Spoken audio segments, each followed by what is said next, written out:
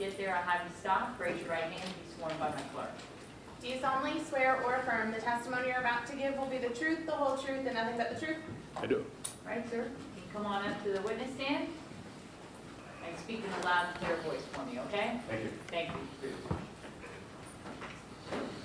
you. State, you ready to proceed? We are, Your Honor. All right, you may proceed. Thank you. Good afternoon, sir. Could you please turn to the ladies and gentlemen of the jury, introduce yourself by stating your name? Sure. My name is Miguel Silva. And Mr. Silva, what do you currently do for a living? I'm currently a registered nurse. All right. Prior to being a registered nurse, did you work for the Pasco County Sheriff's Office? I did. And how long did you work with the Sheriff's Office? Almost 9 years. And during your 9 years with the Sheriff's Office, what was your primary role or duty? I was a patrol deputy. Okay. When you were a patrol deputy, was there a particular part of the county that you would patrol? Yes, Northern Hudson. All right. And can you just lay out when did you start working for the Sheriff's Office and when did you end working for the Sheriff's Office? Started working for the Sheriff's Office in 2007, if I recall correctly, and I stopped in 2015. All right. So you were employed as a Sheriff's deputy in the year of 2014. I was. All right. And as a patrol deputy, are you assigned a particular vehicle? Yes, sir. Could you describe the vehicle that you drove for the jury? It was a white marked patrol vehicle. It was a Ford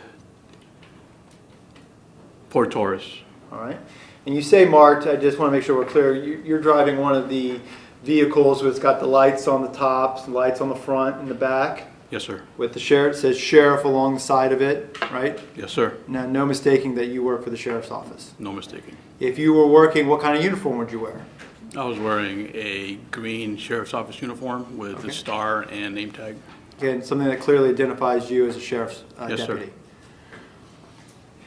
I would like to focus your attention to September of 2014. Again, you were a patrol deputy with the Pasco County Sheriff's Office. Yes, sir.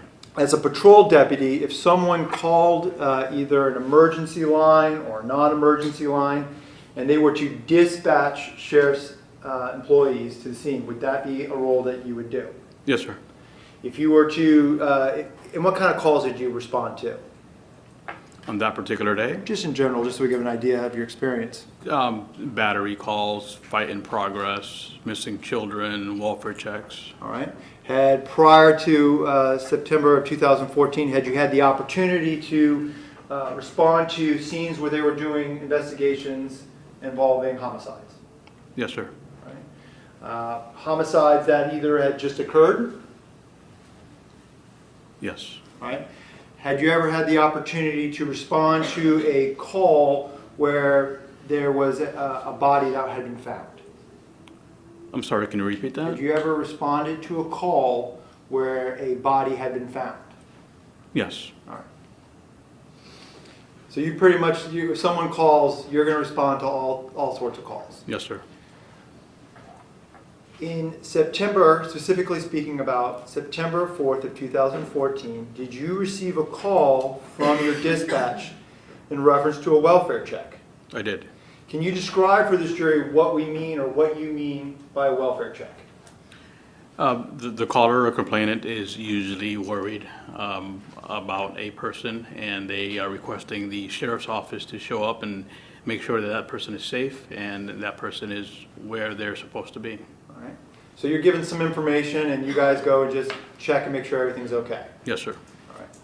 Did you receive a welfare call to respond to 7719 Hatteras Drive here in Pasco County?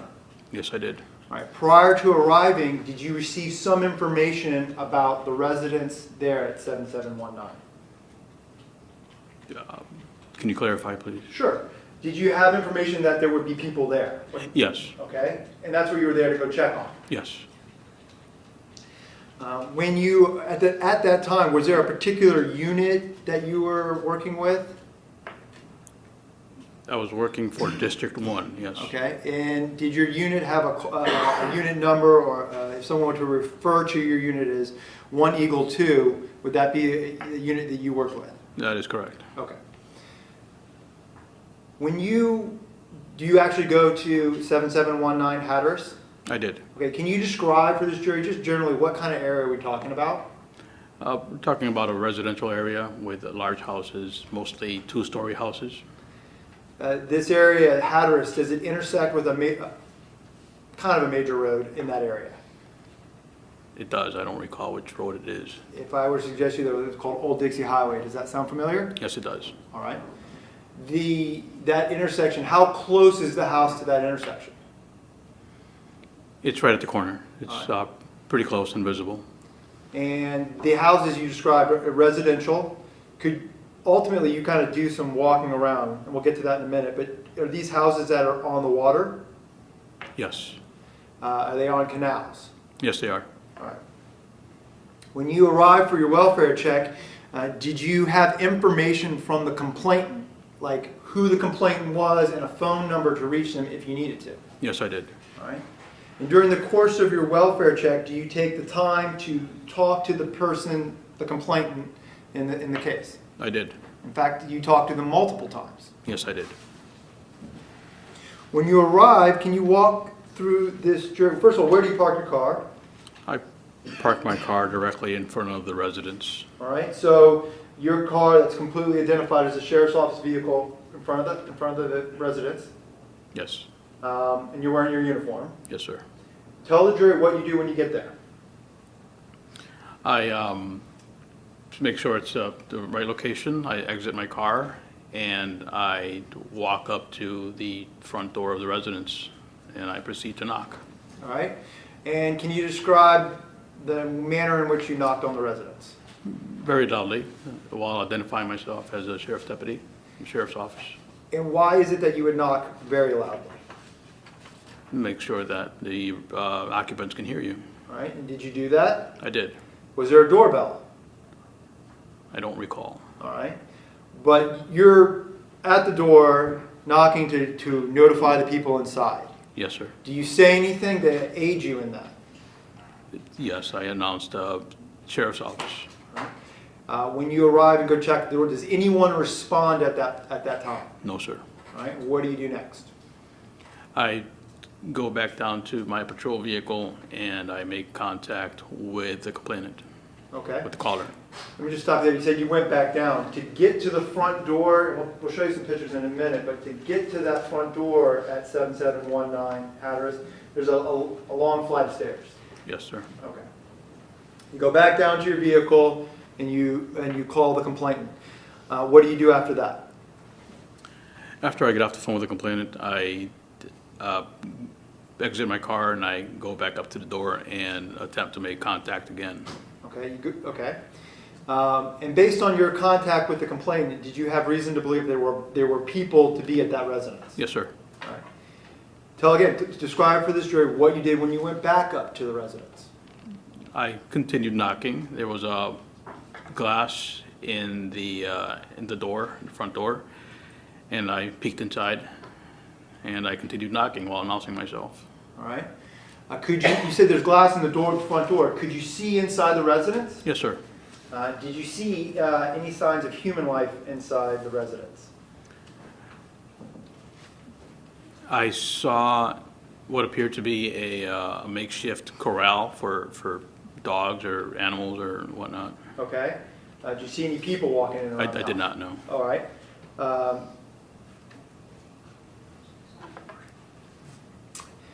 right. Does anyone answer the door at the second time at the front door? Does anyone answer? No, sir. All right. What do you do next?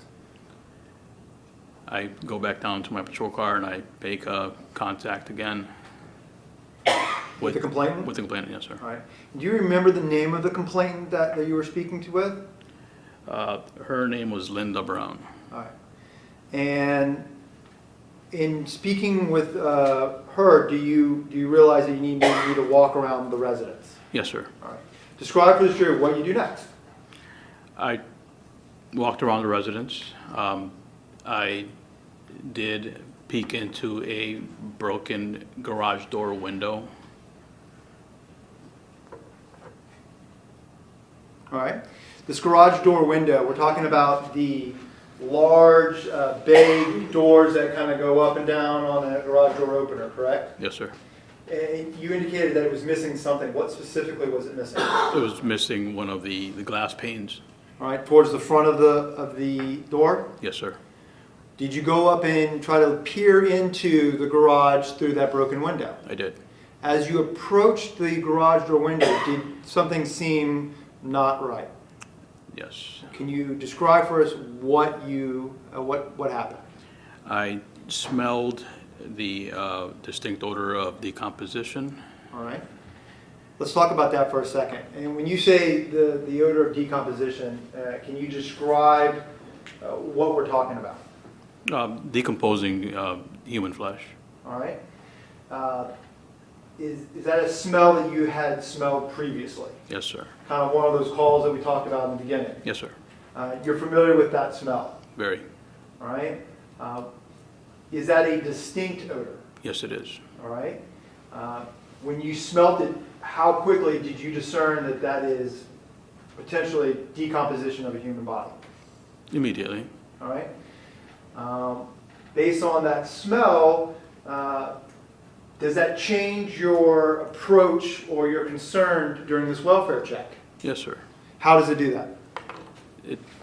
I was able to maybe determine that there was somebody hurt. Okay? So now, you were here beginning with the welfare check. This smell changes the situation. Yes, it does. At some point, do you radio for assistance I do. help? Yes, sir. And do other deputies arrive to aid you in this welfare check? Yes, sir. All right. Is that Deputy Smith? Yes, sir. All right. The front of the residence, there are in fact 2 garage doors, correct? Yes, sir. Could you see a vehicle in the driveway when you arrived? There was a large RV All right. in the driveway. Did you attempt to search or check that vehicle? Yes, sir. Can you tell us about what you did when you're checking a vehicle like that? You make sure there's no one inside or Right. any signs of foul play. And that's what I'm asking you. When you're doing these welfare checks, you're really, and I don't want to put words in your mouth, what exactly are you looking for? I'm looking to make sure that no one is hurt or in need of help. Right. We're talking about people, correct? Yes, sir. So you're not looking in drawers or in cabinets for people. You're looking for Persons. persons. Yes. And when you do a welfare check, do you use any of your equipment, such as flashlights or guns? Yes, sir. And why do you do that? Dark areas All right. and the firearms, because you don't know what kind of danger there might be inside. All right. The fact that you smelled the decomposition, does that change? Does that heighten your sense of concern? Yes, it does. Do you proceed around the residence? Yes, sir. Okay. And tell the jury, are you able to get to the back of the residence? Yes, sir. Describe what you find when you get to the back of the residence. The back of the residence, I observed a number of small dogs that were locked in a sort of like a rear porch. All right. And you can Behind see that doors. from where you stood in the backyard. Yes, sir. All right. Is there a pool or screen enclosure? Yes, sir. It's a screen enclosure with a pool. All right. And were you able to access that area during your welfare check? Yes, sir. Could you, when you looked at the dogs, could you see anything in the room with the dogs? There was a large amount of urine and feces on the floor with dogs. All right. Dog feces. Were any of the doors open that are back there at the No. time, the initial time you go back there? No, sir. What do you do after you see the dogs in the back? What do you do next? I go back to my patrol car and make contact with the complainant again. Okay. You talk to her about what you saw? I did. All right. And does Deputy Smith arrive sometime thereafter? Yes, sir. All right. What do you do next? We make entry into the house. All right. I'd like to stop there, and I want to go over some of the pictures and some of the things we saw on the outside of the residence before we talk about the inside of the residence, okay? Sure. Yeah, just have a seat, sir.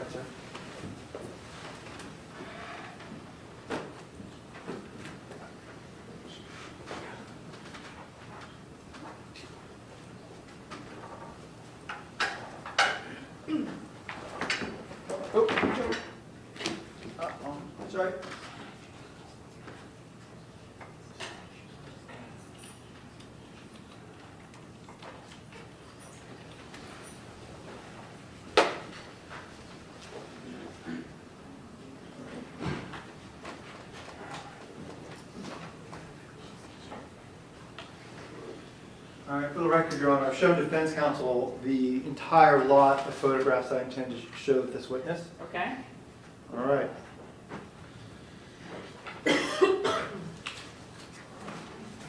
Mr. Silva, I'm going to show you a bunch of photographs, okay? I'm going to show you to you in groups.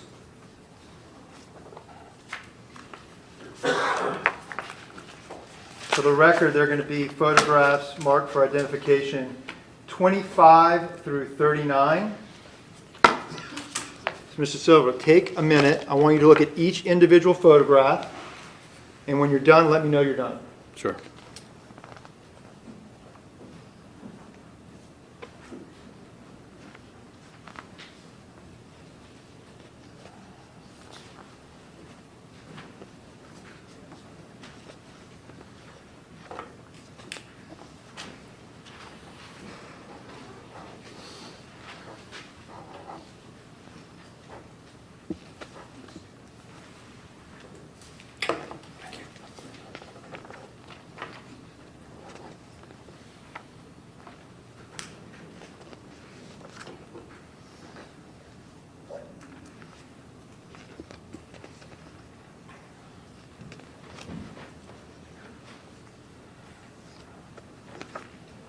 Done.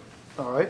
Mr. Silva, having an opportunity to look at these photographs, do you recognize the things that are shown in these photographs? Yes, sir. All right.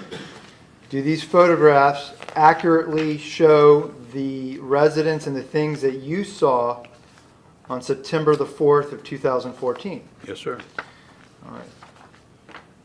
Your Honor, at this time, the state would seek to admit what's been marked for identification as State's Exhibits 25 through 39. Any objection? I can just look at it real quick, Jeff, I don't believe so. Sure. Let me just pull this off and I'll give it to you. Didn't they already show it to you? I showed them to the other attorneys. Oh, then no objection, Jeff. Any objection? So no objection from the defendant. They'll come in as states 25 through 39 photographs. Your Honor, I ask that the witness be allowed to step down so we can speak about these photographs. Before we do, can I have the lawyers at the bench just briefly?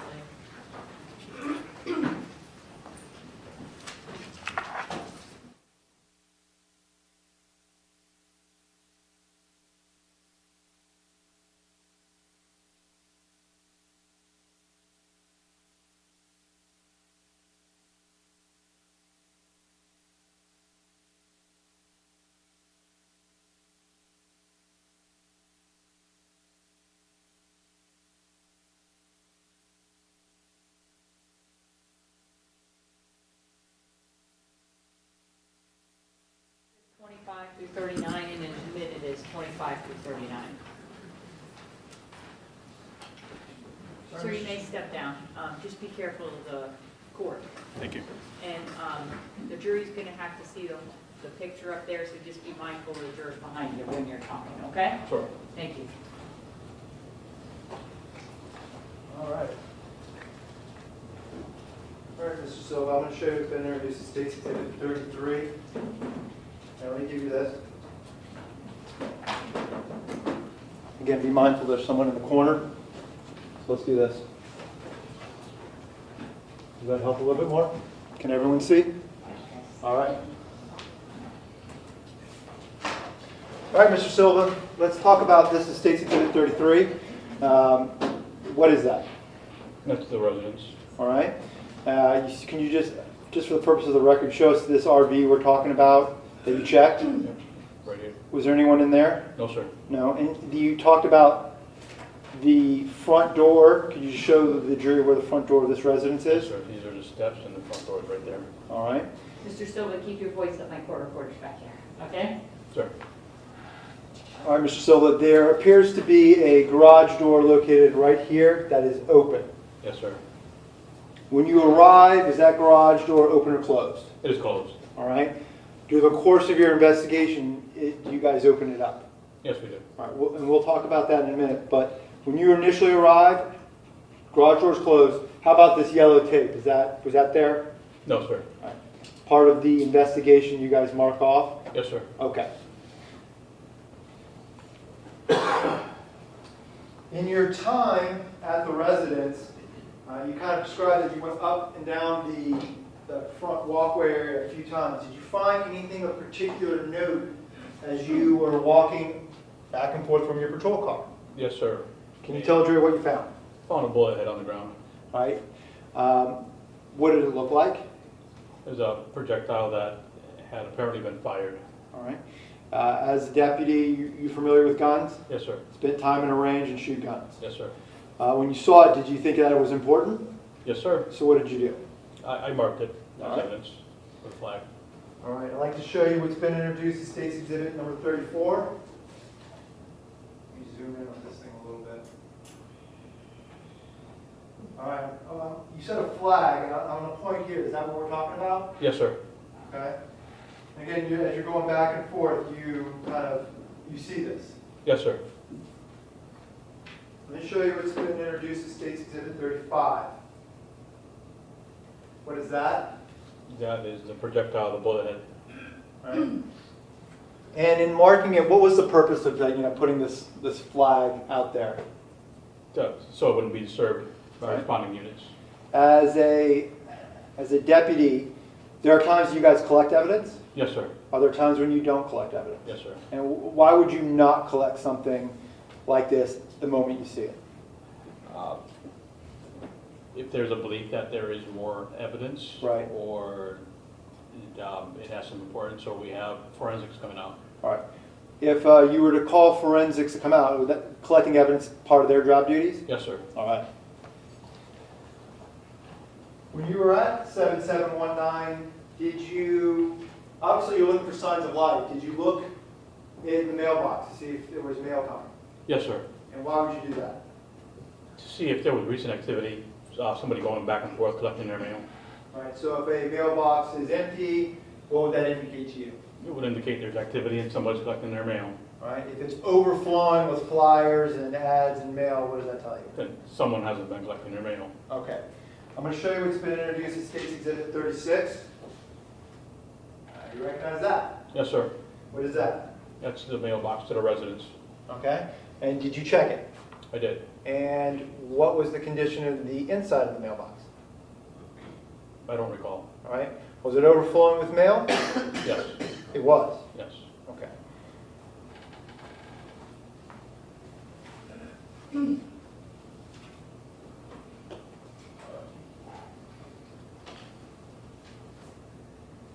We talked about going up and down to the front door. I'd like to show you what's been introduced as State's Exhibit 37. All right. While you were there, you went up and down a few times. Is that correct? Yes, sir. On your initial time up, did you notice anything odd about the walls or the areas that were there? Initially, no. All right. In the up and down, did you tend to notice something that might be off? Yes. What did you notice? There was a hole, bullet hole. Okay. And where was that? I don't recall. All right. But you did see it. Yes, sir. If I showed you State's Exhibit number 38. Let me zoom out. Do you recognize that? Yes, sir. Do you see the bullet hole in that photograph? Could you identify it for the jury? All right. At the time that you're going up and down, there isn't a white sticker next to it. Is that correct? Yes, sir. All right. And that's what's shown here in State's Exhibit 39, kind of a close-up. Right? Yes, sir. The sticker obviously wasn't there. It's something that's placed on the wall during the course of the investigation? Yes, sir. All right.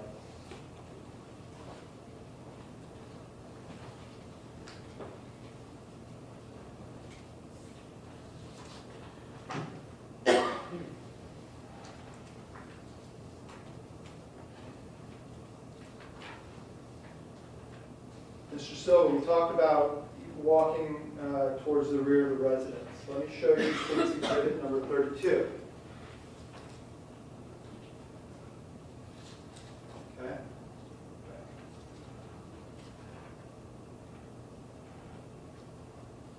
All right. You described earlier that you were able to see that there was dogs inside the residence. Can you show the jury what windows or doors you were able to look in to see that? The dogs were located inside this area right here, behind the glass doors. Okay. The area you pointed to, those are like sliding glass doors. Yes, sir. And here, you can see that there's nothing obstructing the view. Is that how they were when you were there? That is correct. Okay. And inside that room is where you saw the dogs? Yes, sir. Okay. Inside this picture, there appears to be another door located right here. Did you go up to that door? Yes, sir. All right. And when you're back in this area, are you still announcing yourself as a sheriff's officer? Yes, sir. All right. And still in uniform, correct? Yes, sir. And again, on your initial time around that back area, were any of was the door that's located right here, or these doors, were they open? No, sir. And were the dogs inside of the house? Yes, they were.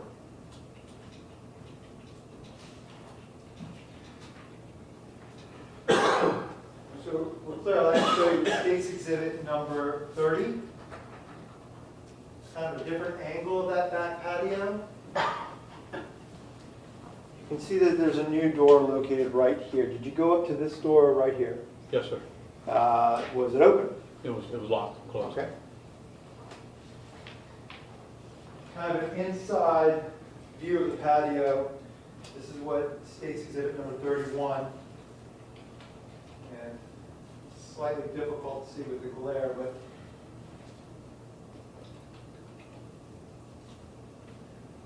you could see into this room where there were dogs. Is that correct? Yes, sir.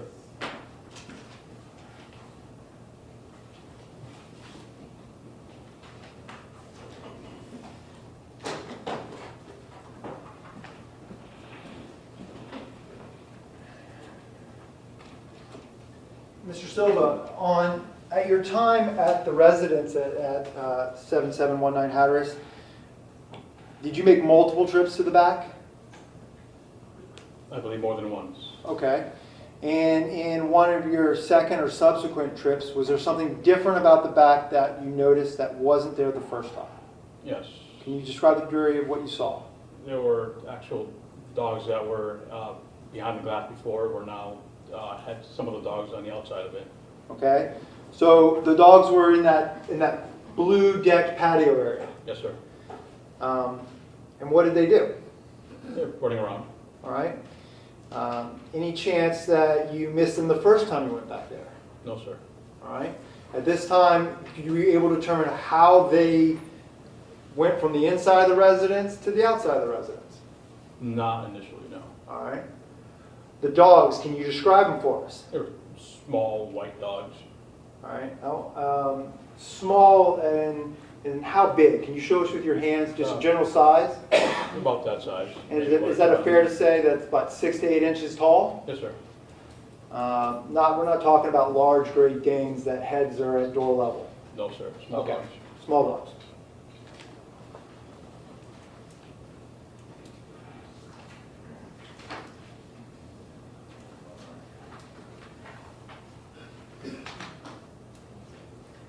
Give me 1 second, Judge.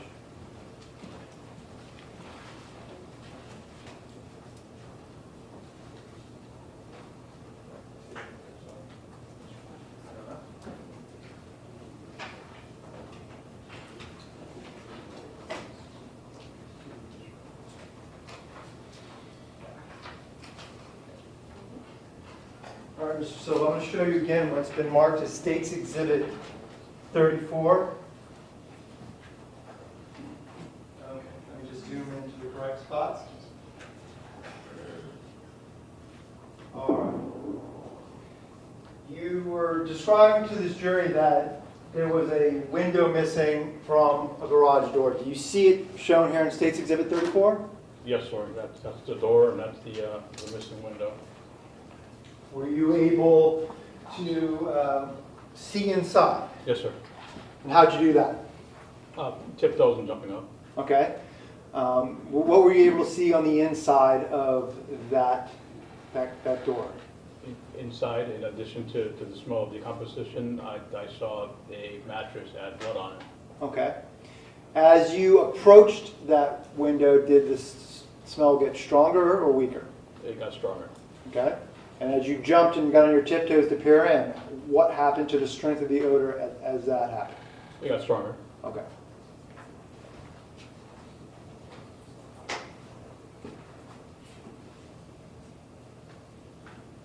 Put my cursor down. Over here.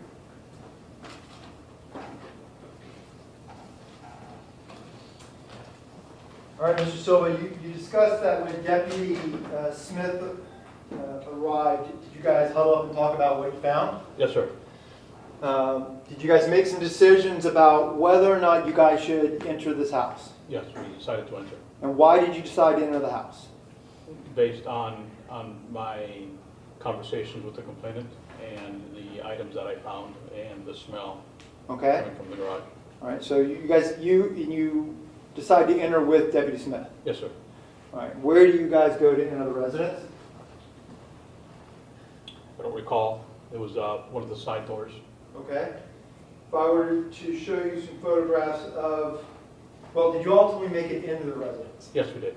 All right, and when you make it into the residence, you do enter on the first floor level. Yes, sir. Were there things of particular note when you entered into the residence? We observed the minivan shown in the prior pictures. I'm going to show you what's been marked as State's Exhibit 25.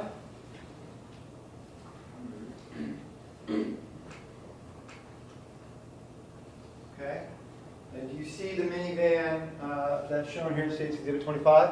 Yes, sir. Could you just point to and identify it for the witnesses? That's the minivan. All right, it sounds like an odd question because the picture tells it, but so that we're clear, is that vehicle pulled in, I guess, with the driver's side to the front or to the back? Meaning, is it pulled in straight or is it backed in? It was back then. All right, I confused it, but you got what I'm saying, right? Sure. Okay.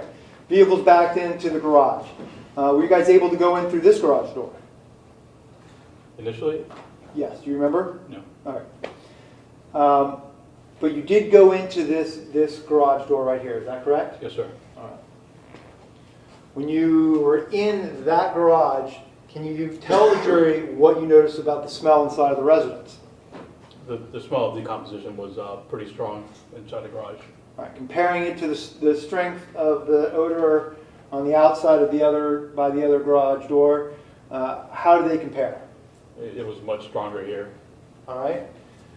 Do you guys go in to check out and see if you can identify where that odor is coming from? Yes, sir. All right. You have your guns and your flashlights out? Yes, sir. All right.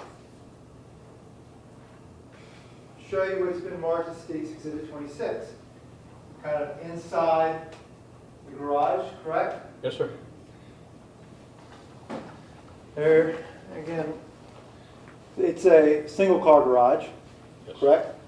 Can you just identify where the back wall would be of this garage? Yeah, that was the back wall right there. Okay? Did you guys go back in that area? Yes.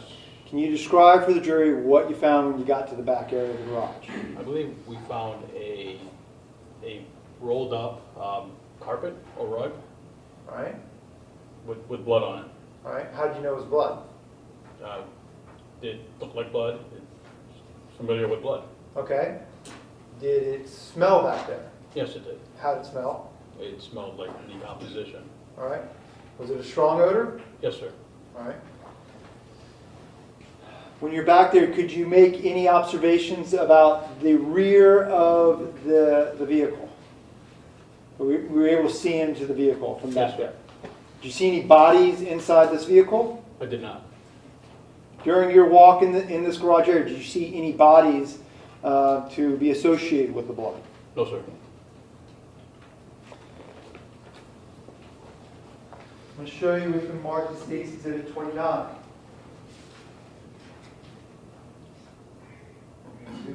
Correctly. All right. Okay, State's Exhibit 29. Can you see the rug that you were describing moments ago? Yes, sir. It's right here. Okay. And what is this that's located right here? That's the minivan. All right. And you indicated that you saw blood. Can you just point to what you saw on the floor that made you think it was blood?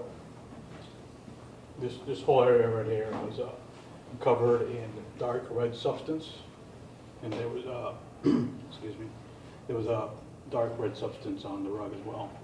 All right. This dark red substance, again, you didn't test it to make sure it was blood, right? No, sir. Your experience told you that it probably was. Yes. Did you see any of that substance associated with the vehicle itself? Yes. Well, tell us what you saw. I did see more, well, what appeared to be blood inside the vehicle. Okay. And inside the vehicle, did you see anything else? Yes, there was maggots and a shovel partially covered in dirt. Okay.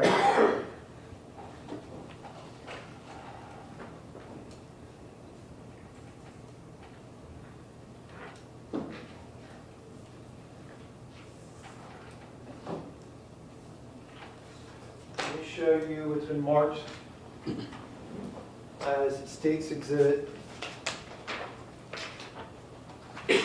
27, 28. Okay? I'm going to zoom in.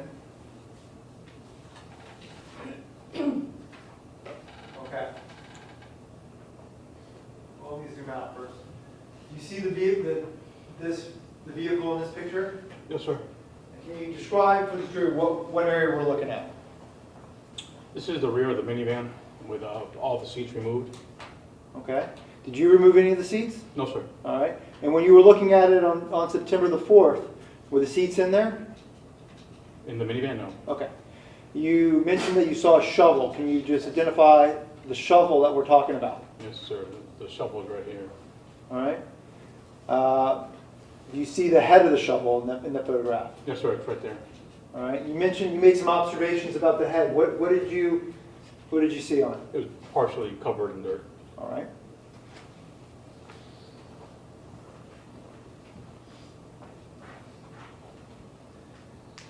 Show you State's Exhibit 28. Kind of a close-up of that area, correct? Yes, sir. You mentioned that you saw maggots. Yes, sir. Okay. You see any of those in this photograph? Yes, sir. These white specks, these are all maggots. All right. Based on your experience, what did that tell you? That there's some decomposition. All right. This area, as you got into the vehicle, what was the odor like? It was very strong decomposition.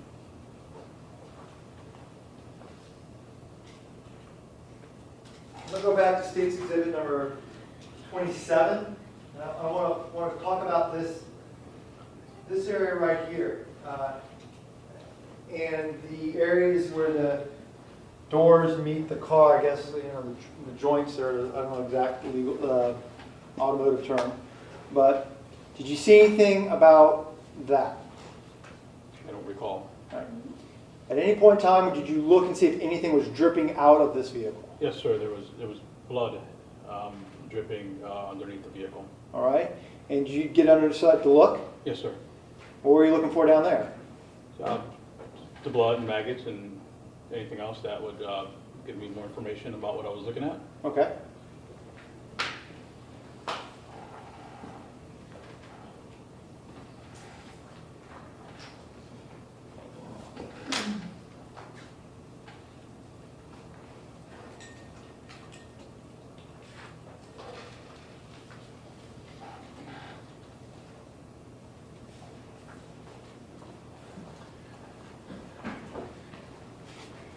Thank you, Mr. Silva. You can have a seat.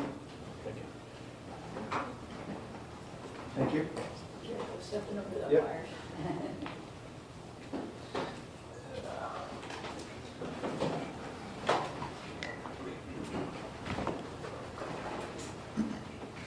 Hold on a second.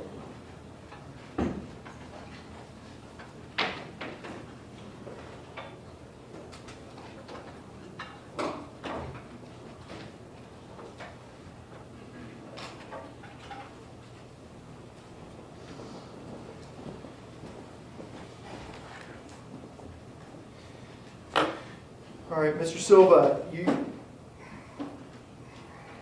saw the photographs of the, what we'll call the east garage that you were in, okay?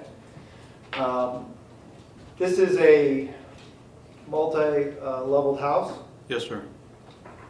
ground floors, garages. Yes, sir. Did you go upstairs?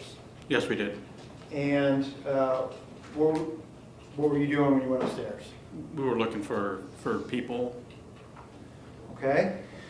Did you search every room? Yes, we did. Did you search areas and where you would be able to find a person? Yes, sir. Did you find anything during your search of the residence? I did not find any As persons. the persons.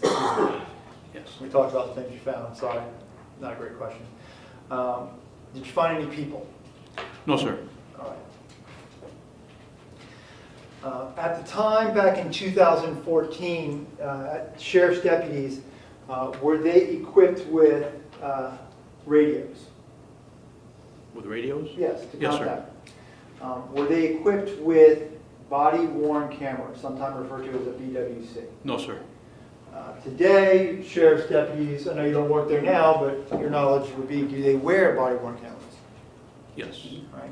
But back in 2014, that was not something that was part of the uniform. That's correct. All right.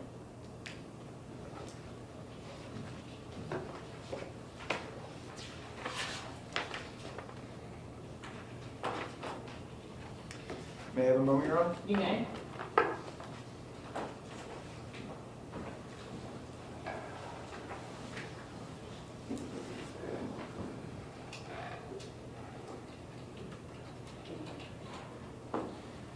All right. Mr. Silva, again, at the time that you guys were there, it was initially you arrived, correct? Yes, sir. And then Deputy Smith arrived. Yes, sir. Do you call and alert other deputies, your chain of command, as to what you found inside the residence? Yes, sir. And as a result of your call, do other deputies and forensic techs respond to investigate this crime? Yes, sir. No further questions. Cross?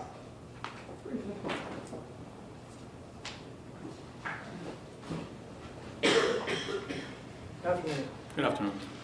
Mr. Silva, about what time did you arrive there? Permission to look at my... Please.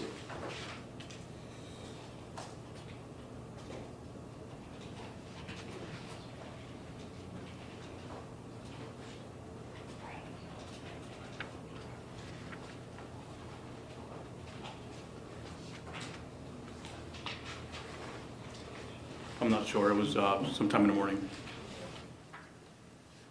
And were you there all morning long? Yes, sir. What time did you leave? Approximately. Sometime in the evening. Ballpark, supper time, lunchtime?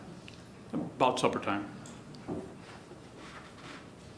During the time that you were there at that Hatteras Drive address, did you ever see anybody that's non-law enforcement go inside that house? No, sir. Did you ever see anybody non-law enforcement leave the house? No, sir.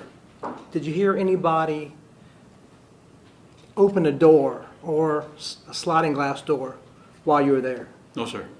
Did you hear anybody close a door, sliding glass door while you were there? No, sir. Just a moment. Okay.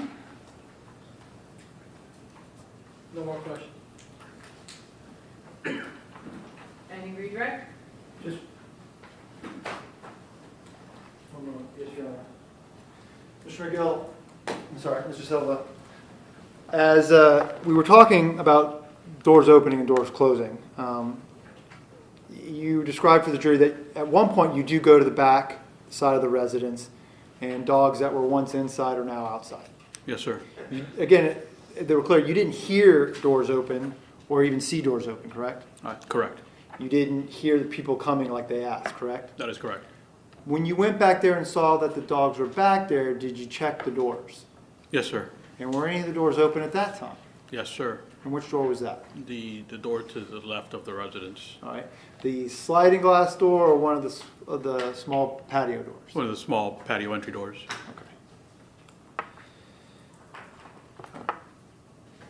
No further questions. All right, ask one, Judge. Approach.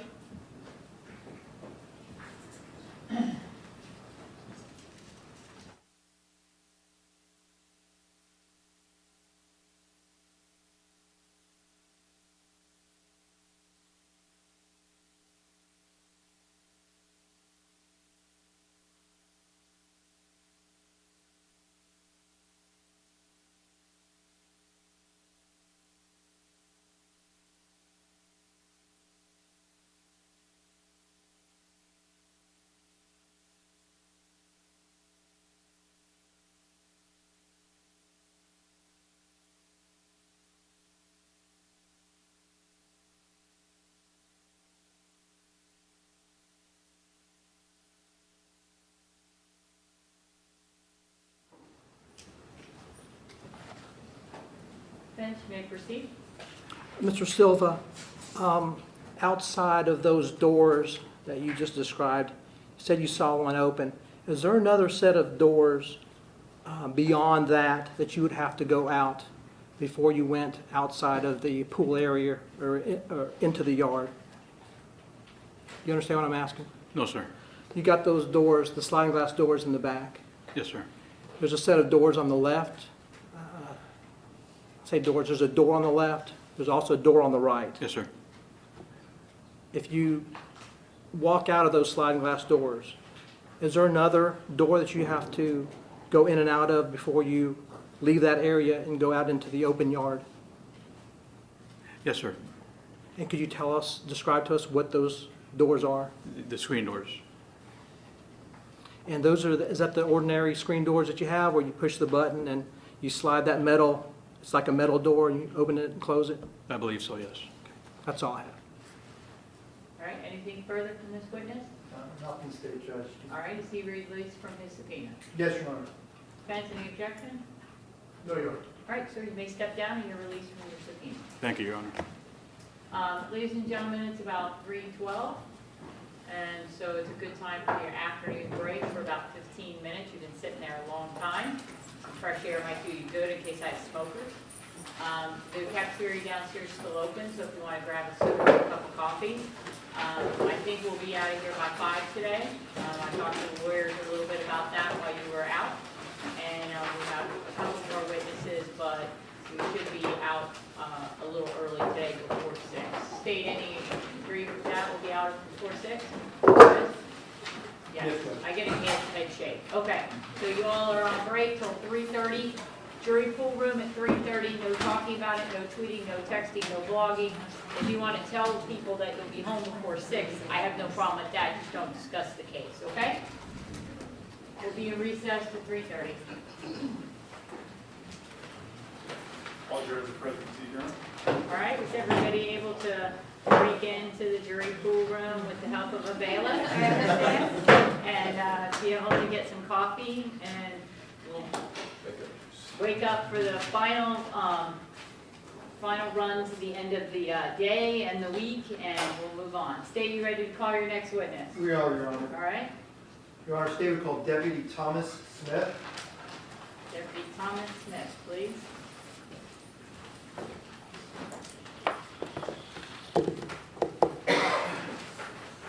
How'd you get the easy name?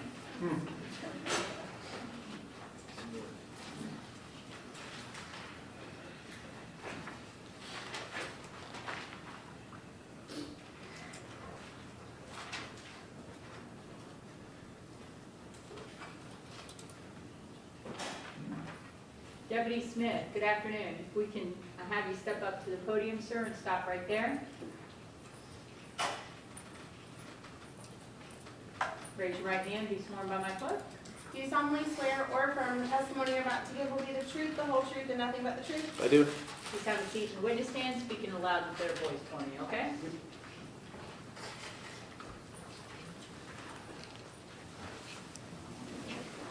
State, you may proceed. Thank you, Your Honor. Good afternoon, sir. Could you please turn to the ladies and gentlemen of the jury, introduce yourself by stating your name? My name is Deputy Tom Smith.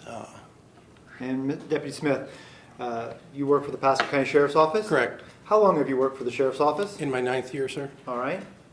And what is your primary function with the Sheriff's Office?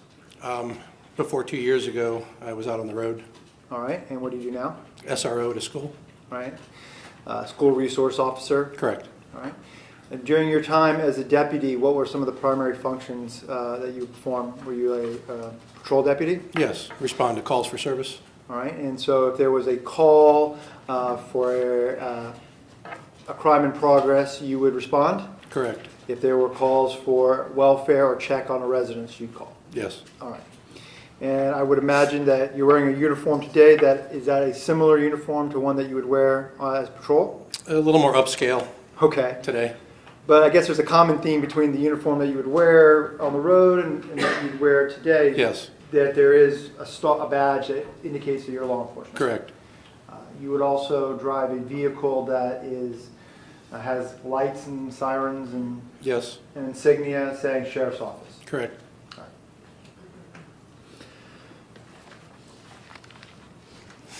I'd like to focus your attention back to September of 2014. At that time, were you a patrol deputy with the Sheriff's Office? I was. All right. I'd like to focus your attention on a specific day, September the 3rd of 2014. On that day, did you receive information that you were to be doing a welfare check? Yes. And do you recall the particular address that you were going to be doing the welfare check at? Not the specific address. I remember the house, though. You can see it in your mind? Yes. All right. When you are given a call to respond to a particular location, is there a record that is generated that would indicate a call for service? Yes, it's an event. Okay, an event. And that's something that's noted by the Sheriff's Office, Yes. and sometimes referred to as a CAD report. Yes.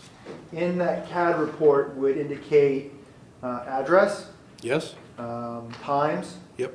and deputies that would respond. Correct. All right.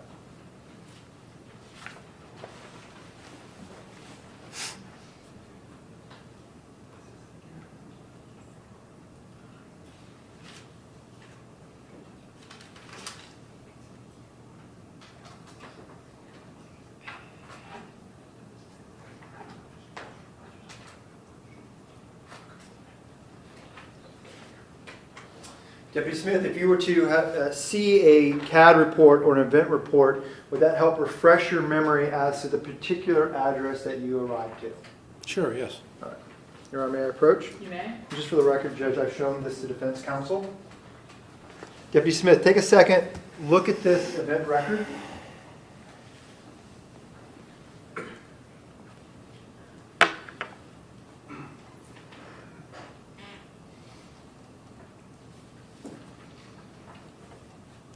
Right, you see the fact that you are mentioned in this event record. Yes. All right. Does that event record correspond with the date that I mentioned, 9/3 of 2014? Yes. What address did you respond to for a welfare check? 12721 Woodchuck Way. All right. And responding to that particular address would have been in reference to a call for a welfare check, correct? Yes. And you mentioned earlier that you can see in your mind the house that we're talking about, or the place that we talked Correct. about. Yes. Did you in fact go to the door and knock on it? Yes. Did you announce yourself as a sheriff's office? Not at that time. All right. Did you look around the residence to see if there was anything suspicious or anything particular of note? Yes. Did you see anything suspicious? No. All right. Was there a neighbor that was outside of the residence? Yes. Without telling me what he said, did you have a conversation with him? Yes. All right. Could you see whether or not there was a vehicle in the particular spot associated with that I residence? could see. Was there a vehicle there or not? No vehicle. All right. Did you, as accordance to the report or the event report, close out and move on and make note of what you saw? Yes. All right. I'd now like to go forward one day in time to September the 4th of 2014, okay? You were working that day as a patrol deputy? Yes, Was there a particular area of the county that you were patrolling? yes. And where was that? North of 52 from the water, pretty much out to like Shady Hills Road. All right, Pretty large area. it is. But you're familiar with that area? Yes, And did you receive a call to back up or participate in another welfare check, but this time with Deputy Silva, who had already been on scene? yes, Did you arrive at 7719 Hatteras Drive? yes, Are you familiar with that area? yes. Okay. That's near the intersection of Old Dixie Highway and Hatteras? Mm-hmm. Is that a residential area? Yes, All right. When you arrive, do you have a conversation with Deputy Silva? yes, Does he kind of inform you about the things that which he's seen and saw? yes, Paying particular note to a closed garage door. You know what I'm referring? correct? Was there a window missing? Yes, All right. Were you able to approach that window? yes. When you approached that window, what did you notice? I noticed there were vehicles inside the garage, and I noticed an overwhelming smell Okay. coming out the window And how would you describe that smell? as decomposition. All right. Again, you mentioned that you've been a deputy for 9 years. During your time as a deputy, had you had the opportunity to participate in investigations where people may have been deceased? Yes, Have you come across scenes or participated in investigations where a body may have been outside for a particular amount of time? yes, or inside. Or inside, okay. Through your time as a deputy, are you familiar with the smell? Yes, How would you describe the smell? overwhelmingly pungent. Okay. But as a characteristic of the smell, is it a unique smell? Yes, All right. And when you smelled it that day on September the 4th of 2014, how quickly were you able to discern that that smell was in fact decomposition? immediately. All right. And I saw you walk in here. You're how tall? 6'3". Okay. So you were able to get pretty close to the window or Yes. missing window. And as you got closer, did the smell get stronger? Yes, All right. Did you and Deputy Silva decide to make entry into the residence? we did. All right. I'd like to focus. Well, is it working? Nope. Okay. The projector is not working. I'm going to show you what's been marked as State's Exhibit 25. Okay. You recognize that photograph? Yes, Okay. I'll hold it. It's in evidence. You can step down if you want. Come on, step down with me, Jack. So much for big TVs. Yep. Oh, do we get it? Don't. Currently. All right, we'll move on. It's All right, fine. no problem. We'll have all weekend to fix We're it. good. I'll show the photograph first. They've seen it, I think. All right. Yes.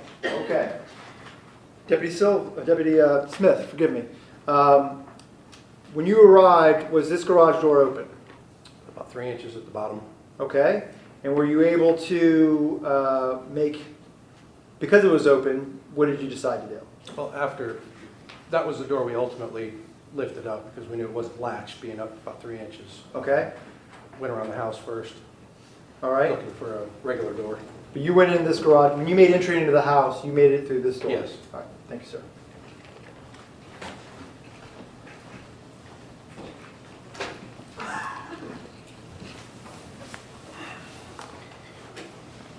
When you guys opened that garage door, the one we were just talking about, what did you notice? The same smell that was coming out the window. Okay. In comparison to the smell at the other door, is it the same smell? Yes, Okay. As to the level of the strength of the odor, let's just call it, was it stronger at the other doorway or was it at this doorway that you just opened? I think it was stronger when I walked in Okay. that door. And when you made entry into that room, what did you see? Silver van, as you can see in the picture, was backed in. I believe Silva was a little bit ahead of me, was up toward the end of the garage, and I looked inside the van and saw maggots and liquid on the floor of the inside of the van. There was nothing in the cargo area. It was all Right. like completely empty. And just so we're clear, when you're making entry into the house at this time, how are you preparing yourself for what you might find? No answer at the door.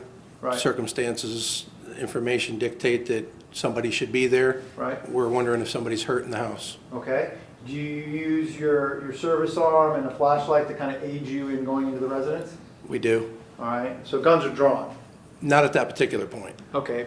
You do ultimately do that, correct? Yes. When you make your way to the rear of the vehicle, because you said Silva was in front of you, do you actually see what's on the back side of the vehicle? Yes. And what do you see? Wadded up bedding, reddish oriental rug looking thing. Okay. There's a pillow in with that bedding as well, all wadded up, blood soaked. Okay. Based on your experience, you believe it to be blood? Yes. All right. Did you guys, you and Deputy Silva, did you guys go into the residence We further? did. We did. All right. And did you, for lack of a better term, search for a body Yes. to check and make sure there was anyone there? Right. You Correct. checked the first floor? Yes. Did you find anyone on the first floor? No. Did you go upstairs to the second floor? Yes. And did you search the second floor? We did. And did you find anyone there? No one. Okay. And as you guys, I would assume, kind of back out of the Yes. residence, Correct. do you alert other sheriff's deputies, detectives, forensic techs to come to the scene? Yes. We call our sergeant, let him know what we have, All and right. he makes the necessary phone calls from there. All right. And do you remain on scene to participate and aid in any part of the investigation? Yes. Okay.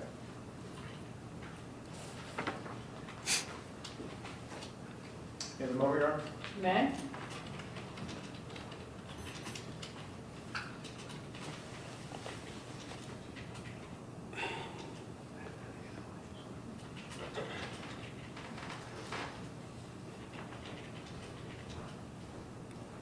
No further questions, Your Honor. Defense, cross? No cross, Judge, no questions. All right, sir, you may step down. Is he released from his subpoena? Yes, Your Honor. All right, you are released from your subpoena, and thank you for coming. Thank you.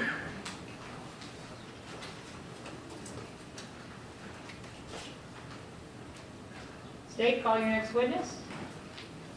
To call James Babcock. James Babcock.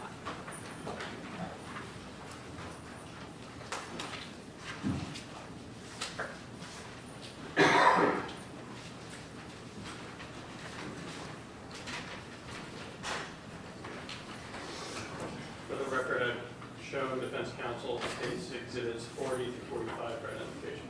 All right, Vance, you've seen those? Yes. Okay, great.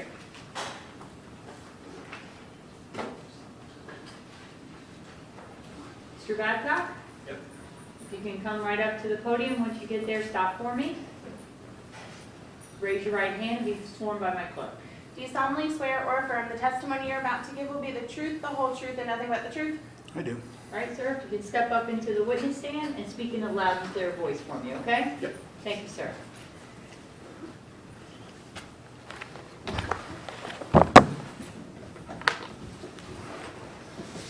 State, you may proceed. Thank you, Judge. Can you please introduce yourself to the jury? My name's James Babcock. I'm a retired sergeant from the Pasco County Sheriff's Office. When did you retire? 2 years ago. And how long had you been a employee with the Pasco County Sheriff's Office? I retired after 29 years. And were you still working back in August 2014 and September 2014? Yes, I was. What were your duties with the Sheriff's Office, particularly September 4th of 2014? I was a patrol sergeant. I was in charge of the squad that was responsible for the area, everything north of State Road 52 out to 41 up to county line. So basically the northwest corner of the west side of Pasco County, that was my area of responsibility.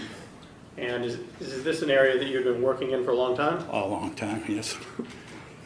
Is it an area that you, over the course of your experience, have become familiar with? I've started back there in the 80s, started working up there as a patrol deputy, and I spent most of my time in the northwest corner of the county. I have spent time in other parts of the county, but majority of my time during my career was spent up there. I've watched a lot of these subdivisions being built during my years here. Now, did you have occasion to become involved in a call at 7719 Hatteras Drive on September 4th, 2014 in the late morning, early afternoon. Yes, I did. And by the time you got involved, were there lots of law enforcement officers with the sheriff's office getting involved? Yeah, I was a little bit late getting there because I was involved with another incident out on 41. So by the time that I drove there, Deputy Silva, Deputy Smith, Lieutenant Troy were already on the scene when I got there. Okay. And being a sergeant in the area, did you get information from other deputies about what they knew so far? Or what the situation was? When I arrived, I spoke with Lieutenant Troy. He had already taken over the scene as the Lieutenant Troy was responsible for the whole north side of the county. He was my supervisor. He arrived there before I did. He had already set up the crime scene with Deputy Silva and Deputy Smith set up the crime scene and filled me in basically on the nature of the complaint that we had, the information that we had at that point. Okay, and in terms of setting up the crime scene, can you just give the jury a little idea of what that involves? Basically, they have to determine how big the crime scene is that they want. Once the supervisor usually decides that, it's basically putting up the yellow tape that you all seen on all the different shows. It's just a matter of how far we want to go. We try not to block off the main roads where people have to drive, but if necessary, that may be included. But that's what by the time I got there, they were already stringing up the crime scene tape basically around the perimeter of the lot of the residents at that location. Okay, and based on the nature of the call and the information you had so far and your familiarity with the scene, did you decide to drive anywhere to attempt to gather any information? Yeah, after the suspiciousness of the nature of the scene that we had there, I decided to take a ride north along Old Dixie Highway. It's basically an undeveloped area, wetlands and fields, a dirt road just north of the location. And I decided just to take a ride up there to see what I could find. And at that time, can you describe, as you travel from Hatteras Drive north on Old Dixie Highway, kind of what you encounter ultimately? Basically, when I was driving north, I was looking along the sides of the road. It's blocked, so you can't get off the road. I was looking there are a couple of trails to see if there's been any recent traffic showing that somebody may have drove off back there. As I got towards the end of where the road is blocked, there's a large berm blocking the road, so I couldn't travel any further. I had my windows open, and I smelled the smell that, smell of death, basically, is what it is. Okay, and at the time there was a big berm, so it was not possible for you to pass with your vehicle. Yeah, I could not drive any further north on that road. And in terms of at that berm, is there an electrical substation on the right being the... As I'm facing north, the electrical substation would be on the right, yes. So that would be the east. Correct. Of the road. And in terms of electrical substation, are there employees or people that have offices there that regularly moving to and from this equipment? Sometimes there's equipment parked there as they need it, but it's not one of their regular offices. They would show up there, I guess, and do repairs or maintenance on it as needed, but it's not a regular office that the power company would use. Now, you described this smell, and you're still in your patrol car, and you have your window open on the road. That's correct. And you can still smell the smell? Yes. Now, you were a law enforcement officer for a long time. Is this a smell that you had encountered before? Numerous times. And is it a smell that you had become familiar with through all those different encounters? That's correct. And over the course of your law enforcement career, have you come into contact with many decomposing bodies prior to this? Yes, I have. And was this smell consistent with that? Yes, it was. And did you have an opportunity to get out and investigate further?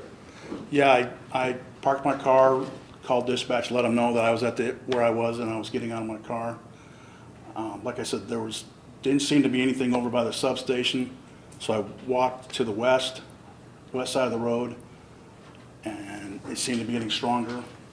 And then I continued to walk and followed a trail, little trail through the grass there until the smell got very strong, and then I was able to actually see the bodies. Okay. And in terms of distance off the road, how far are we talking? Approximately. I would say off the road, less than from here to the back of the room. And was this something that was obvious from the roadway? Is this something that you could look to your left and look, I guess, to the west and see? Or did you have to actually get out of your car and get around some brush? Yeah, if you were just driving down the road, or if you just happened to stop there and look around, you would not have been able to see it. If I hadn't got up and got out of my car, walked back there a little ways, I'd have never actually seen the scene. Judge may approach a witness. You may. Now I'm going to show you some photographs, and ultimately I'm going to show them up on the smaller screen because the bigger screen is not working. But let me show you State's Exhibit 40, State's Exhibit 41, and State's Exhibit 42. Are you familiar with these?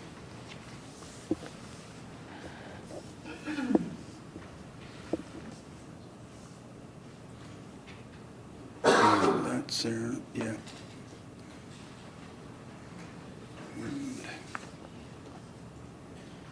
Orientation there. This goes that way, right? Okay, yeah. These appear to be fair and accurate depictions of the area of Pasco County you've been describing? Yes, that's correct.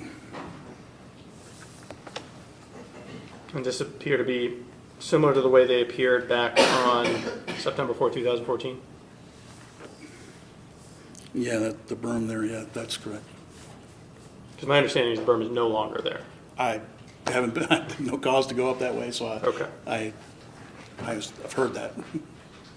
Judge, State would like to move State's Exhibits 40, 41, and 42 into evidence. Okay, 40, 41, and 42. Any objection? No, Your Honor. Okay. Photographs 40, 41, and 42 as evidence will be in. Also showing you State's Exhibit 43 and 44 for identification. You recognize these? Yes. And what are these generally of? This is the area, basically, I believe that's the detective's car there that responded after me. My car, before I left, would have been up where that van is. This is the area where the bodies were found. Okay. And sorry, State's Exhibit 44, is that looking back from the area the bodies were found towards the roadway? Yes, the bodies would have been at the bottom of the photograph, looking back to where my vehicle would have been over here. Okay. Finally, I want to show you State's Exhibit 45. Do you recognize that? Yes, I do. And what is that? That is the bodies that I found on that day. Is that the way that they appeared as you approached them from, I guess that would be approaching from the southeast? I was basically moving to the northwest, and as I approached, I looked over, and that is exactly how I saw them. Judge, at this time, State would like to admit State's Exhibits 43, 44, and 45. Okay, Same objections. all right. Overruling the objections, 43, 44, 45 will come in. Permission to publish, Judge? You may.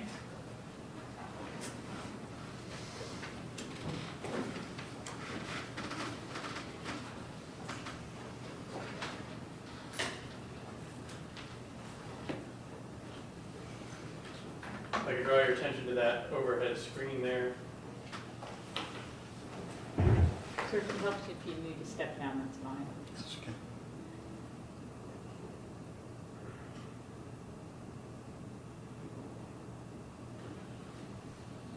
And this residence that I'm pointing to right here on the corner of Hatteras Drive and Old Dixie Highway, is that 7719 Hatteras Drive? Yes, that's the location that the original scene is.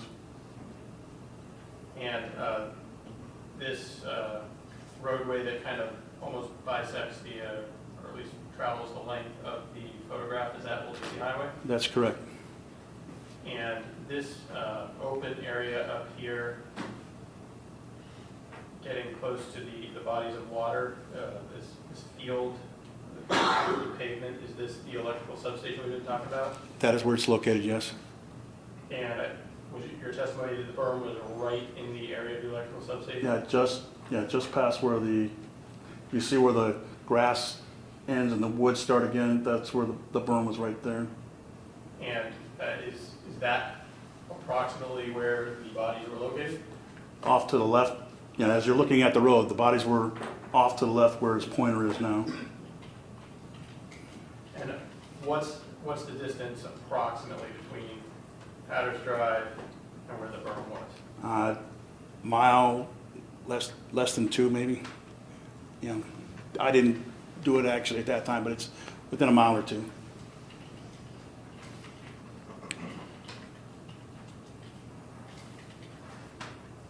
I'm showing you State's Exhibit 41. Identification, or it is 41. And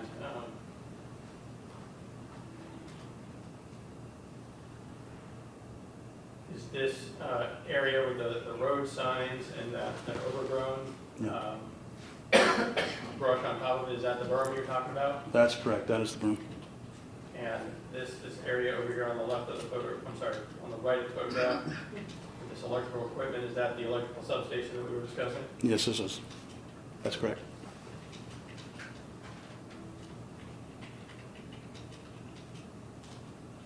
And this path here, is this the path to the area, is that the path that you had to take in order to find the bodies? Yeah, basically there is a little turnout right there where you'd seen where a vehicle, and this has been there for a while, I'm assuming, but I'd seen where there's trails that have gone through there. So the smell was coming from that direction, so I took the path of least resistance. I went where the path was already there, and I followed it, and then I followed it to the right there, and that's when I made the discovery.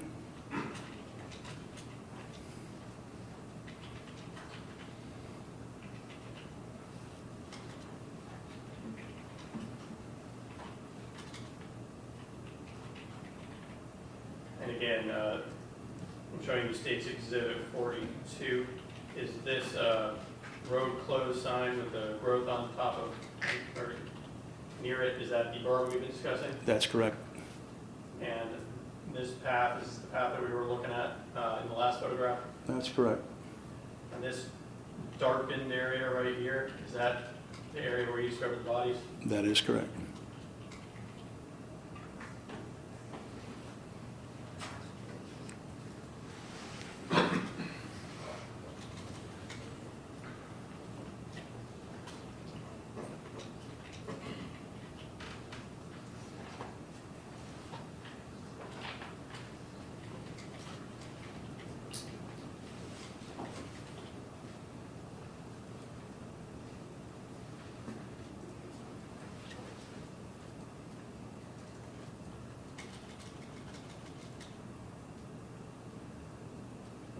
Showing you State's Exhibit 43, and I believe that you had indicated earlier that this van here is approximately where you parked your vehicle. That's correct. And is this tree here the general area or close to the area where the bodies were? Yeah, that's where I walked in straight across from about where the van is, crossed the road, and that right there, and then follow the path in through there.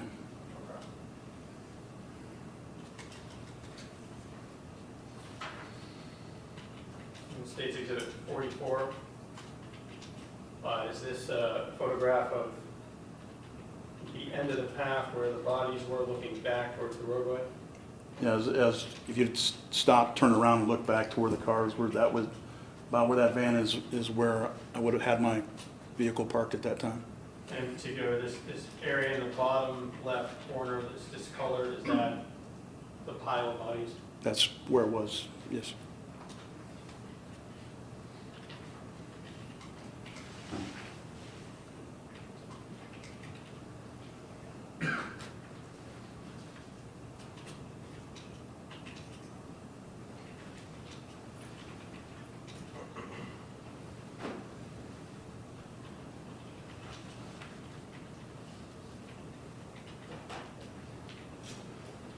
have any more questions, Judge, can I publish State's Exhibit 45 to the jury rather than on the overhead?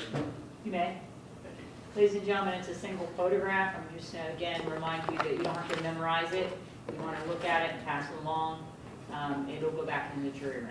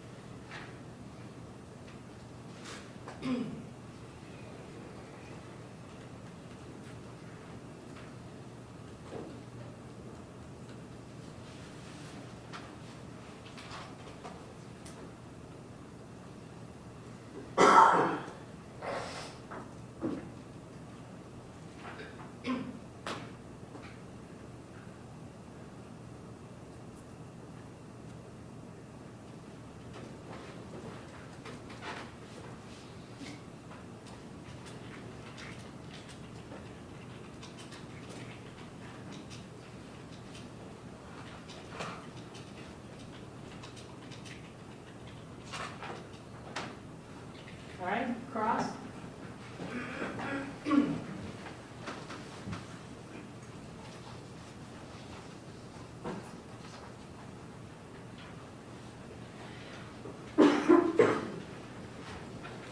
afternoon. Yeah. From the photographs that we saw, I think it's pretty clear that this was a straight shot up Old Dixie Highway, is that right? That's correct. And you indicated that you were driving with your windows open That's correct. and that you stopped because you noticed an odor in the air. I stopped because I hit the end of the road, and then I was able to smell the odor in the air, yes. Okay. And so you got out of your car and you followed your sense of smell. That's correct. And the bodies that you found, that was about 25 to 50 feet off of the road, is that correct? I didn't measure it, but that sounds correct. Well, you were shown a photograph, I think that was States 44. It was the one where you could see the cars parked along the road, and then you saw the edge of where the bodies were located. Is that right? That's correct. Would you say that that's a fair and accurate representation of about how close the road is to where you found them? That's correct. And once you found them, they weren't covered by anything. Is that right? Not that I can recall. They weren't buried. Did not appear to be so. There wasn't any evidence of any digging or ground movement, anything dug up around them. Is that right? I did not investigate that part of it. There were some plants in the area. There's plants around, yes. It didn't appear that any plants had been displaced or moved to cover them. Is that right? I can't testify to that. You noticed these from a distance. Is that right? I'm sorry? You noticed the bodies from a distance? I only approached far enough to where that I could verify that there were bodies there. And once you did that, you didn't do any further investigation yourself. Is that right? That's correct. You called for backup? I backed out of the scene and notified the superiors down at the main scene, and they sent a detective up to it. If I could just have one moment, Your Honor. Okay. No further questions. Any redirect?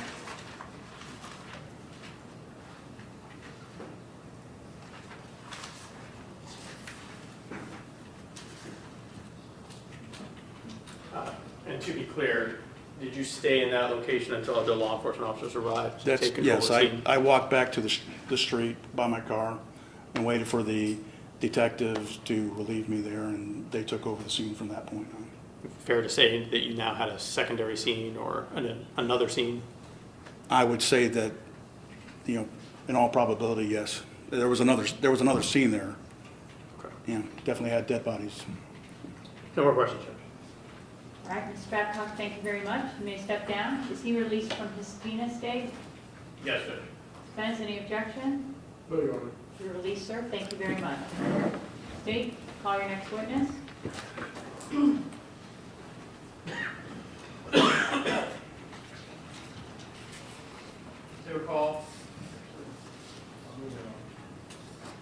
State recall Detective Keith Bennett. Keith Bennett. Bennett. B-E-N-N-E-T-T. Okay, got it. Keith Bennett.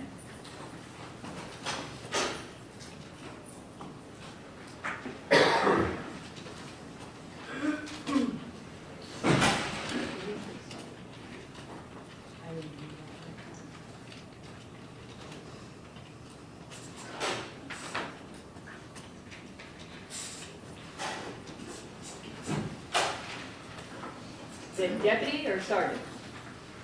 Mr. Bennett?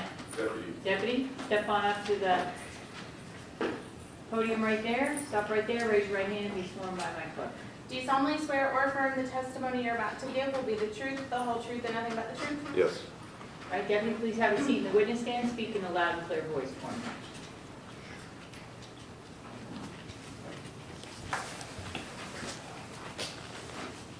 State, you may proceed. Thank you, Judge. Could you please introduce yourself to the jury? My name's Keith Bennett, Deputy Sheriff. How are you employed? I work for the Sheriff's Office as a Deputy Sheriff. I'm currently a bailiff. I want to take you back to August of 2014, September of 2014. As a member of the Sheriff's Office, are there certain additional duties that deputies, detectives, bailiffs can do beyond just like road deputy, bailiff, that type of thing? Special teams like SWAT? Yes, sir. I'm a member of the dive team, underwater recovery team. Okay. And what does the dive team do? Look for things underwater, evidence, people, search the waterways around the county. Okay. And I assume that you have to have been a diver in order to become a member of the dive team? Yes, sir. How long have you been a diver for? Since 1986, Okay. And how long were you on the dive team? since September of 2008. Now, were you called out to respond to 7719 Hatteras Drive back on September 5th of 2014? Yes, sir. And was that part of the ongoing search that was going on at that residence? Correct. And why was the dive team called out to respond? Was there a body of water of interest? The house is located on a canal, a tidal canal connected to the Gulf of Okay. Mexico. And were you part of a team that was to search that canal? Yes, sir. And did you participate in that? Yes. And can you describe for the jury the process that you go through in order to search a canal, in particular this canal? Depending upon the circumstances or the geography, this particular one, we put a ladder into the canal next to the seawall, descended. There was a small, say a boat lift area, maybe 12 by 24 or 12 by 12 area that we did a, what we call a grid pattern. So I went down a ladder, I did a grid search adjacent to the seawall, and then after we'd searched that area, I moved into what we call a line search, where there would be some, if this were a seawall, someone would be standing on the seawall with a line, and I would be swimming back and forth in the water to ensure that I searched all areas of the bottom. Okay. And this type of search, these type of searches, you, along with other deputies or other members of the dive team, conducted that in the canal behind 7719 Hatteras Drive? Yes, sir.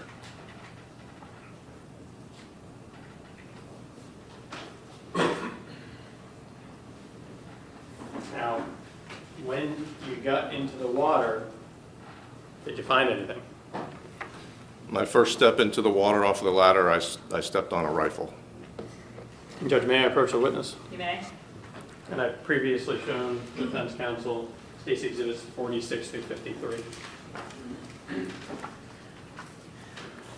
You recognize that? Yes, sir. And what is that? That's the rifle I stepped onto my initial entry into the water. And does it appear to be a true and accurate depiction of that rifle being recovered from the water after your discovery of it? Yes, sir. And can you tell me the process that occurred once you discovered the rifle? What happened to it in order to get it out, or did you leave it there? It was left in the water. I continued my search. Forensic staff and other dive team members stayed with the rifle. We logged its location where it was found, but we left it in the water to I'm not a metallurgist, but apparently when you pull them out of the water, they begin to deteriorate. So we left it in the water that it was found in. Okay. Until it was time to remove it from the area. Okay, and ultimately it was removed from the area in water? Yes, sir.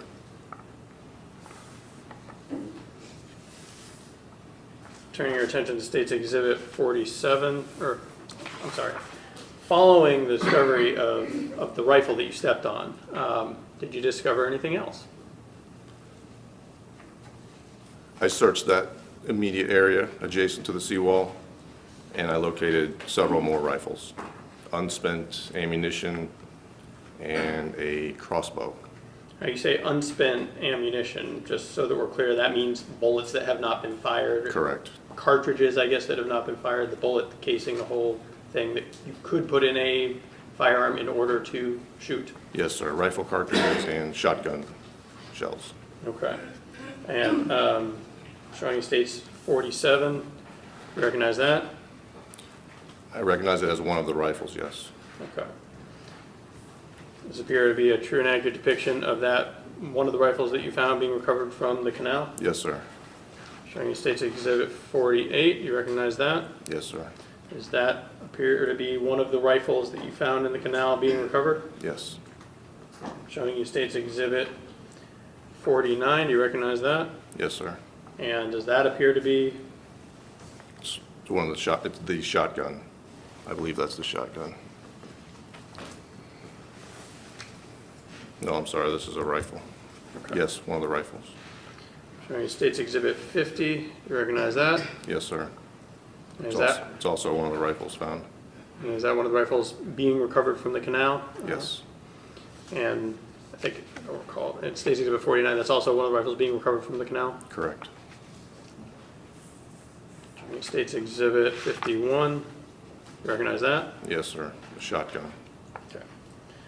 And aside from the one we talked about that you stepped on, for the most part, were the rest of these long firearms in one general area, almost in a pile? Correct. Except for the first one. Maybe you said that. Okay. And turning your attention to State's Exhibit 52, did you find one of these? Yes. Or which one did you find? The bow.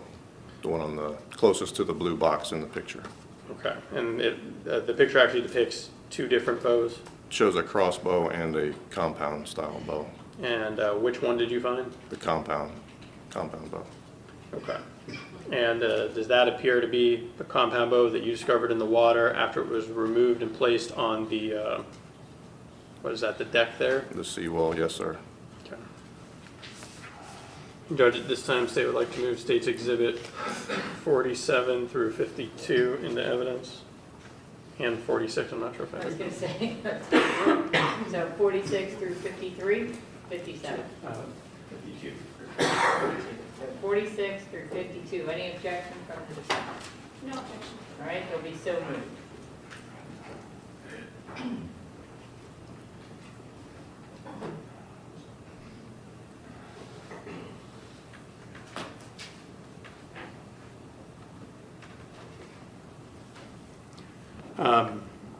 And after you discovered all those items in that immediate the area that you described, and we'll talk about that more in a minute, did you start to search further out? Yes. Did you locate anything further out? Yes. What else did you locate? We continued to find more ammunition. I found a phone near the boat lift area. Is this one of the old dial phones, or is this a cell phone? A cell phone. Nobody makes a distinction anymore. I'm old school. Yes, sir. And I'm sorry, and you said ammunition. Was it all unfired ammunition? Yes, sir. Okay. And what else did you find? I found a gun and a magazine. And this last gun, what kind of gun was it? A long rifle or It's a pistol. shotgun? Like a handgun? Yes, sir. And you said a magazine. Was the magazine consistent with the pistol? Correct. But the magazine was separate from the pistol. Yes, they were approximately a foot or two apart. And I'm showing you State's Exhibit 53. Do you recognize that? Yes, sir. That's the gun. And The pistol. is that a picture of the pistol as it's being recovered from the canal after Yes. you locate it? Yes. I can move State's Exhibit 53 into evidence. Any objection? No objection. All right, 53 will be in evidence. And on the bottom handle portion of the firearm, does that say Kel-Tec? Yes.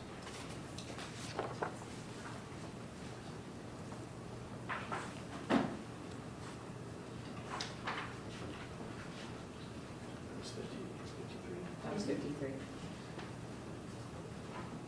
Debbie, I'd like to show you State's Exhibit 54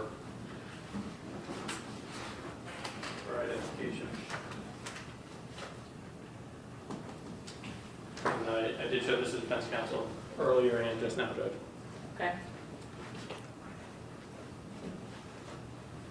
You recognize this? Yes. What is this? It's an aerial view of the canal and the house Okay, and behind 7719 Hatteras. does it depict the area that you searched? Correct. Do you need him to step down? Yes, and Judge, State would like to move State's Exhibit 54 into evidence. Any objection? No objection. States 54 will be in evidence, and Deputy may step down. Just to remind you, so all the jurors can see, if you don't block that picture.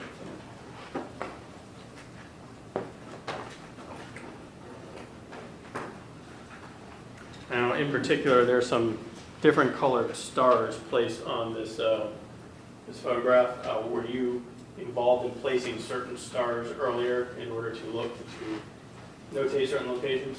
Yes. Now, can you describe for the jury when you began your search and you stepped down into the canal, where were you? I was at the edge of the covered dock, and this dad pile on right here. There's a ladder in the water here. And you indicated as you stepped off, you judge permission to publish the other photograph. Just that. To assist, that's fine. Thank you. Just make sure we know what number we're looking at. And publishing states 46, and I think you indicated 46 was the firearm that you stepped off. Yes, sir. You want to put the photograph up on the big screen so they can see what you're...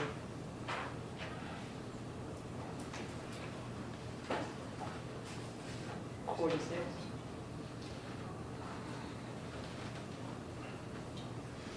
Okay, now turning your attention to 47. 47, and which area was this in? The remainder were right about where the blue star is, along the edge of this dock here, and this small, narrow walkway. They were in this area, just from the jury's point of view, to the right of the blue star. And so that would be 48 as well, and 49.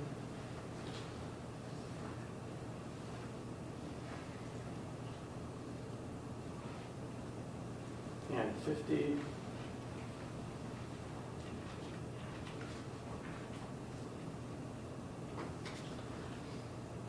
And now turning, and I believe it's 50 the shotgun.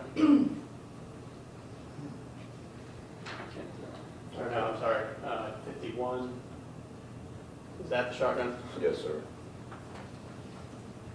Now turning your attention to 52.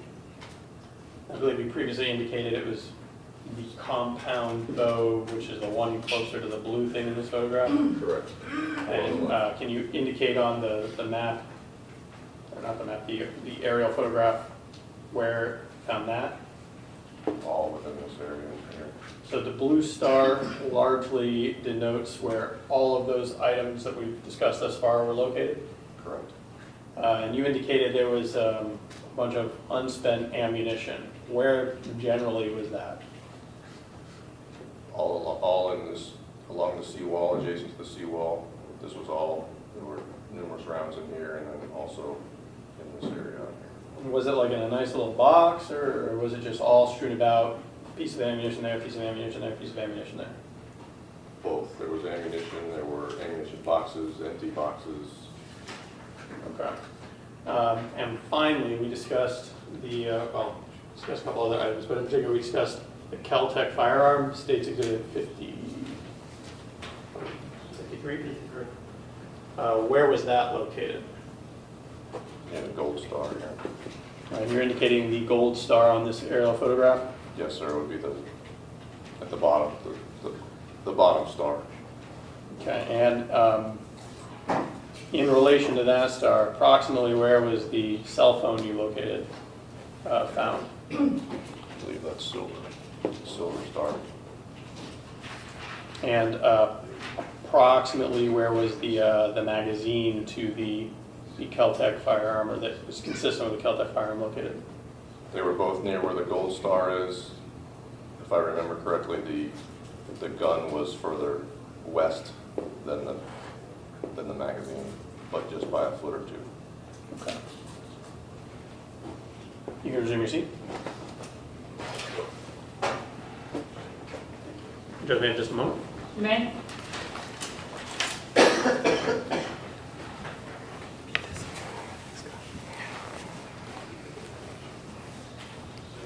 you just have one moment, Your Honor? I don't have any more questions, Judge. The defense asked for a moment, I mean, the state asked for a moment, so, I don't have any more questions. okay. Defense, let me know when you're ready.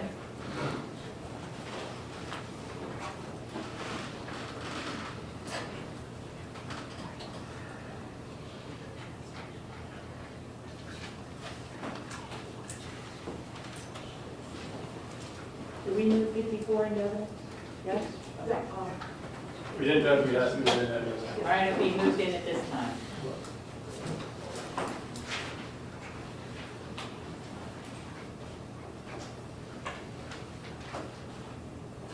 Defense, are you ready? Yes, Your Honor. You may proceed.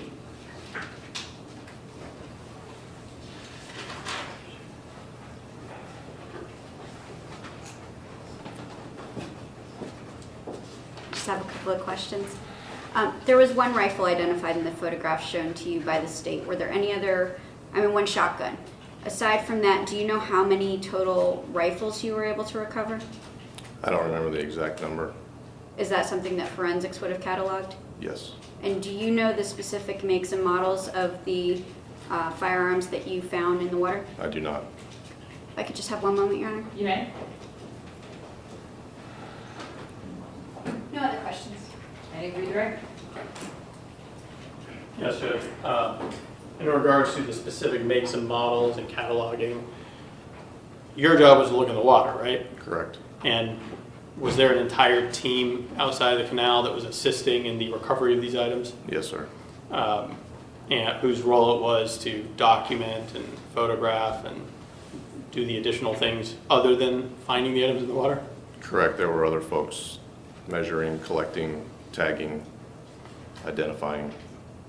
And actually, one thing I didn't ask you about, some of those firearms have a yellow number on them. Is that something that you and your team added in order to identify the order in which the rifles were found? I don't know who attached the number to them. But that's not something that was there initially when you located the firearm? No. Okay. No more questions. All right. Deputy, thank you very much. May step down. Is he released from his subpoena? Yes, sir. Defense, any objection? No objection. Sir, you're released. Thank you very much. Have a nice weekend. Can I have the lawyers at the bench just briefly?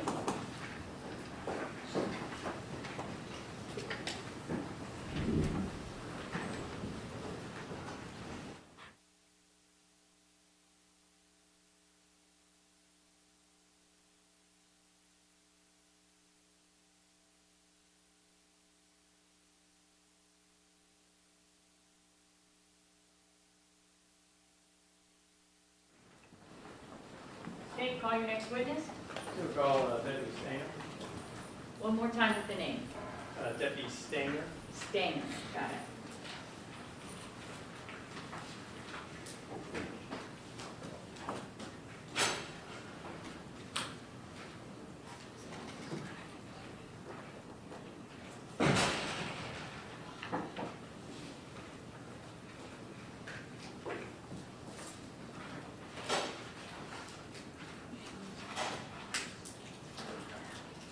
Good afternoon, Deputy.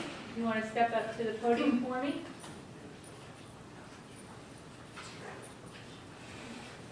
Once you get there, if you can stop, raise your right hand and be sworn by my clerk.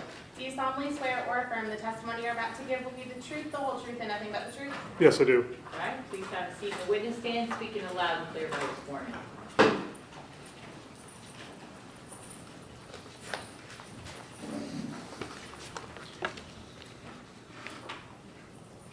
Make sure the new one works. Does it work? All right. State, you may proceed. Thank you, Judge. Could you please introduce yourself to the jury? Deputy Richard Stanger, Pasco County Sheriff's Office. And what do you do for the Sheriff's Office?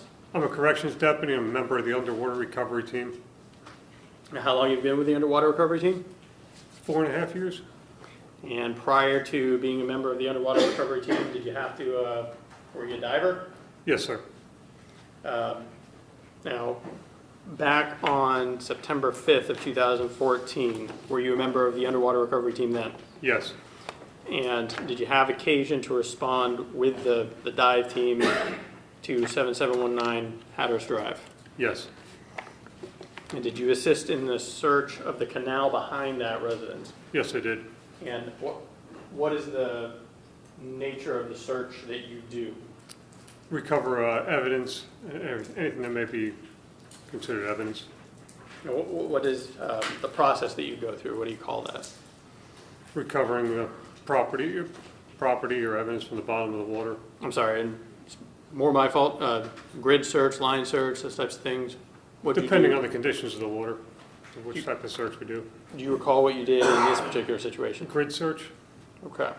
And while doing the search, and can you tell me what does that involve? Does that involve just looking around in the water, or like meticulously picking through things, or just like, hey, I think I see something? How does that go? Pretty much you can't see, so you're on the bottom and you're just moving your hand along the bottom, feeling for anything that may, once you find it, what it is, identify it. Okay. And did you find anything when you were searching the canal behind 7719 Hatteras Drive? I did.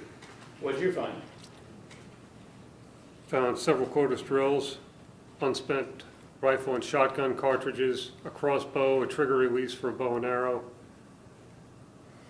And did you find those all in the same location or in slightly different locations? They were spread out, but same general area. Okay. And Judge, I've already shown defense counsel states exhibits 55 and 56. May I approach the witness? You may.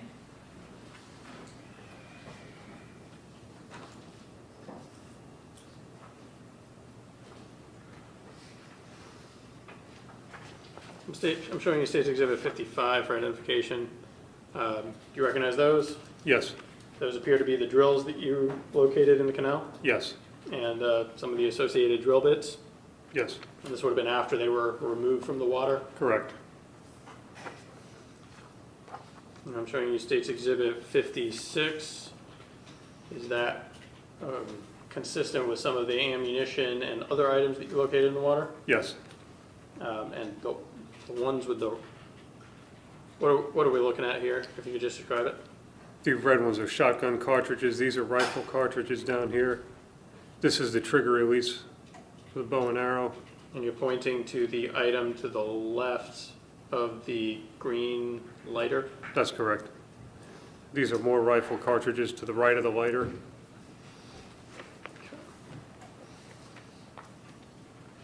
And I'm showing what's already been entered into evidence as States Exhibit 52. The item to the right, closer to the white container in the photograph, do you recognize that? Yes, I do. What is that? A crossbow. Is that the crossbow that you located in the canal behind 7719 Hatteras Drive? Yes, it is. Judge, at this time, so I would like to move States Exhibits 55 and 56 into evidence. Any objection? No, Your Honor. All right, 55 and 56 will come into evidence. Judge, may I have the witness step down? You may.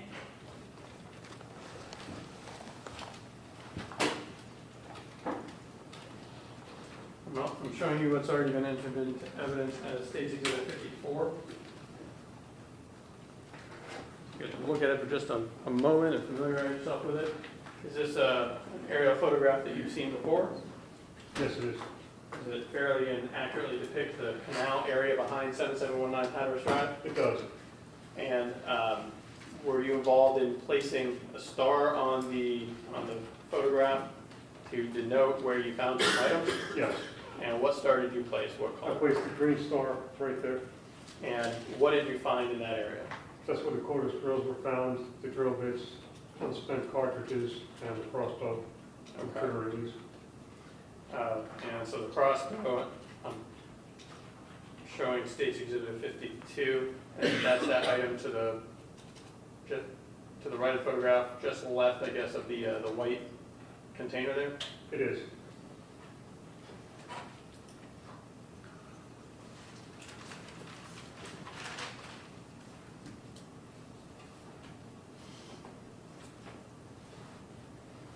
Judge, may I publish State's Exhibits 55 and 56? You may. Displaying State's Exhibit 55. And State's Exhibit 55, these drills, those were found in the area of the green star. And State's Exhibit 56 indicated some of that ammunition you found in that same area. And can you point out for the jury the crossbow accessory you were talking about? This right here is a trigger release for a bow and arrow.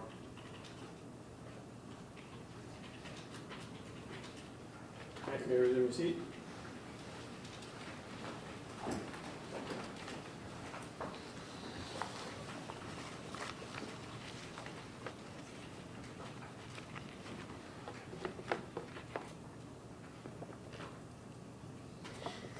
I don't have any more questions, Judge. All right. No questions, Judge. All right, no cross. Deputy, thank you, sir. You may step down. Thank you. Is he released from his subpoena, State? Yes, Judge. Any objection, defense? No, Your Honor. All right, sir, you're released from your subpoena. State, call your next witness. State will call Deputy Jeff Frazier. Deputy Jeff Frazier.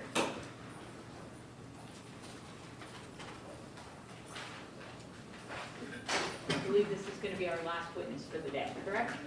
Correct, Judge.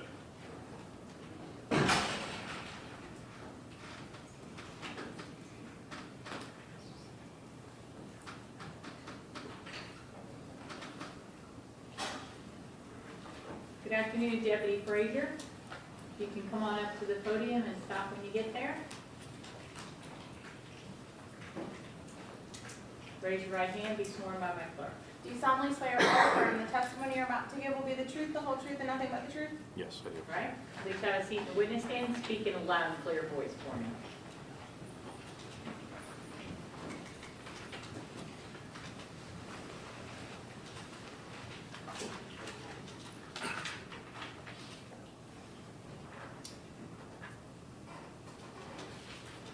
Please introduce yourself to the jury. My name is Jeff Frazier, Jeffrey Frazier. And what do you do for a living? I'm Deputy Sheriff, Pasco Sheriff's Office. And what are your duties as a Deputy Sheriff with the Sheriff's Office? I'm a correctional officer, and I was on the Pasco Sheriff's dive team. How long were you on the dive team for? Approximately 7 years. Do you have previous diving experience to that? Yes, I did. And were you on the dive team back in September of 2014? Yes, I was. And were you called upon to respond to 7719 Hatteras Drive on September 5th of 2014 to search a canal area behind the residence? Yes, I was. And can you describe for the jury how you go about doing that search? It was a line search. We had one person on the seawall holding a rope. I was in the water. We do a sweeping pattern back and forth. Okay. And I believe you're the third deputy on the dive team you've spoken to. Were there multiple dive team members in the water at the same time searching different areas? Yes, there were. Now, did you find anything? I did.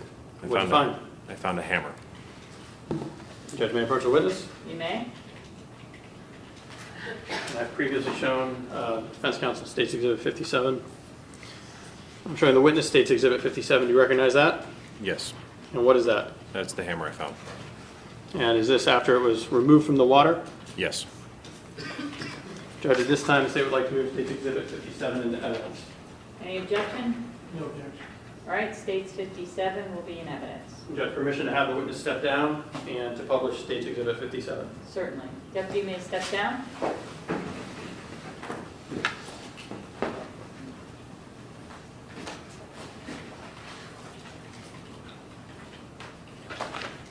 And I'm displaying State's Exhibit 57. Can you point out, have you seen this aerial photograph before? Yes, I have. And that is State's Exhibit 54. Yes, And were you involved in placing a particular star on the photograph earlier? yes, I was. And what star did you place? I placed the red star. And what does that indicate? That is approximately where I found the hammer at. And hammer being what's photographed, depicted in State's Exhibit 57. Yes. May I resume your seat? You may. Judge, if I can have a moment? You may.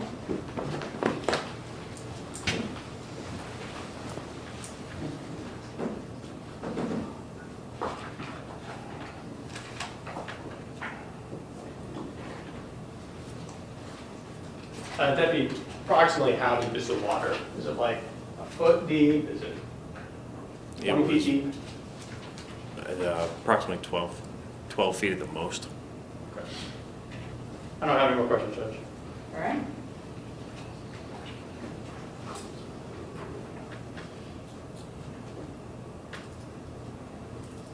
No questions, Your Honor. I haven't got to the cross part, but okay, no questions. Deputy, you may step down, sir. State, you releasing the witness? Yes, Judge. Defense? Any objection to release No, the Your Honor. witness? All right, sir, you're released from your subpoena. Can I have the lawyers at the bench for 1 moment?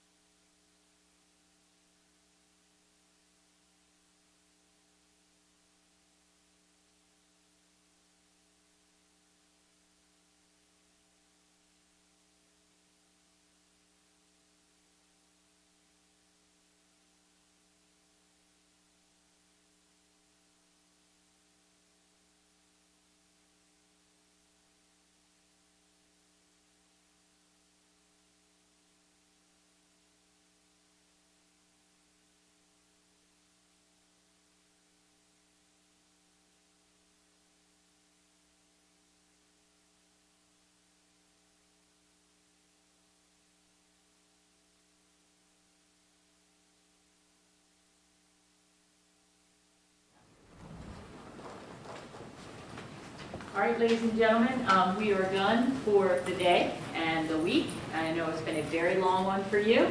I've just asked that you put your notes in the envelopes. My bailiff will be collecting them and keeping them under lock and key. It's a, you got tonight, Saturday, Sunday, you're gonna have a heck of a lot more about this case than you did when you walked in. So as the day progressed, you got a lot more information. You saw photographs. We talked about addresses and things like that. Just remind you what I said earlier, and I've said it probably 100 times, and I have to say it 100 times more because it's required. But please do not look up any Google Maps. Don't go by any scenes. Don't discuss the case with anyone. Don't let anybody say anything to you. I know it's difficult. Family members are going to say, what happened, what happened, what happened? Just tell that judge seems really mean. If I say anything, she'll yell at me and throw me in jail. So just, we'll have plenty of time to talk about it when you're done with them. So once you're done with all of this, you can talk about it. But while you sit as a juror, we have to keep it secret. So does anybody have any questions for me? We will see you 9:30 Monday morning in the jury pool room. I would ask if you all could make sure that you wear your jury badge in a place that it can be seen. We have many people in the courthouse that are interested in this case, and I know they're trying to be very good and not talk about anything in front of any jurors. And I did have someone tell me that they didn't see a jury badge on one of the jurors. Probably you guys put a sweater on and covered it, but it's not a big deal. Just try to keep that jury badge where everybody can see it so no one does anything wrong. They're trying to be good. I know you all are trying to be good, so and make sure you bring it back on Monday morning. If you forget it, we got more. So we can replace it, but try to do that. Again, jury pool room, 9:30 on Monday morning.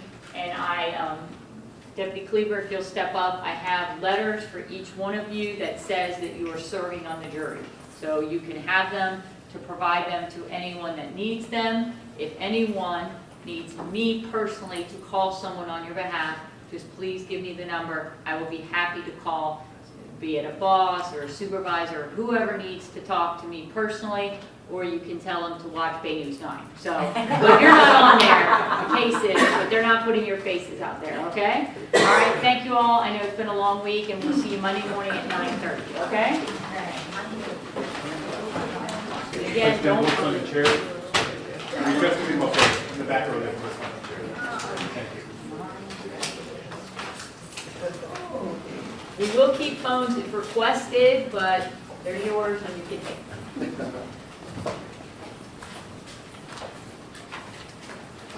Y'all have a nice weekend. You too. Thank you.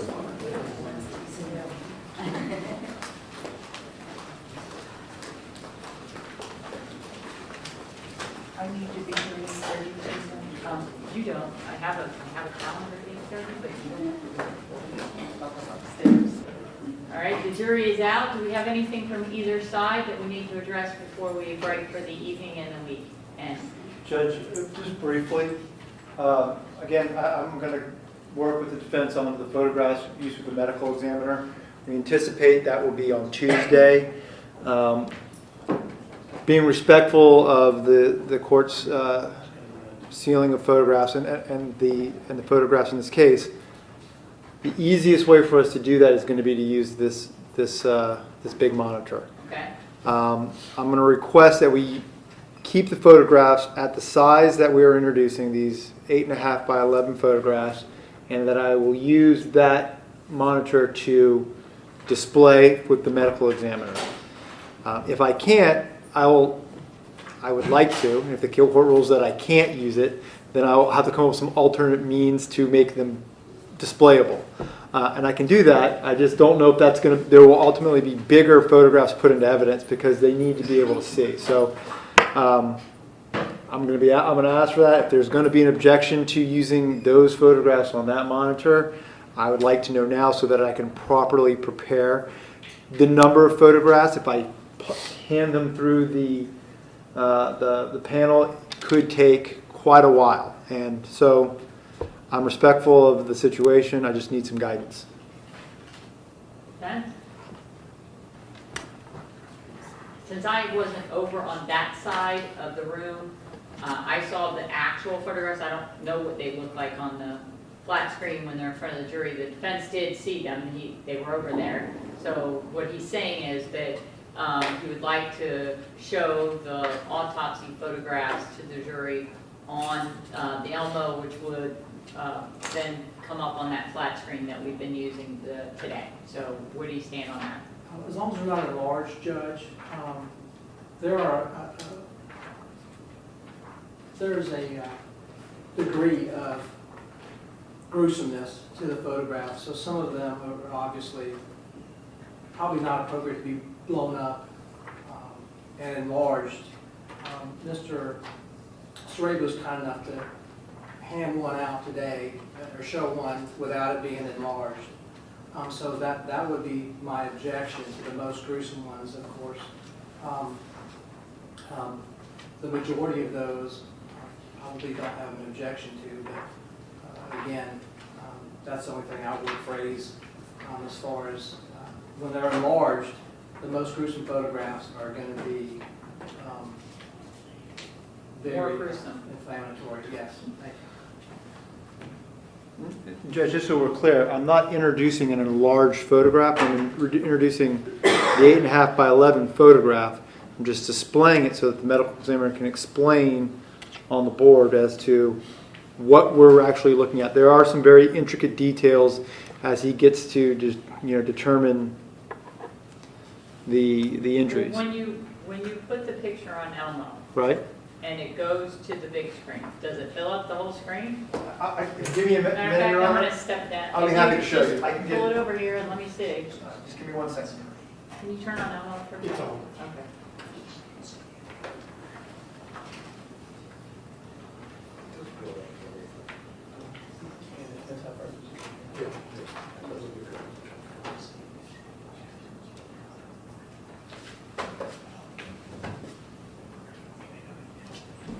Can you just swing it this way? Yeah, I'm just going to get it set up, Judge. Just for some reason it wasn't working, so that'll give me a second.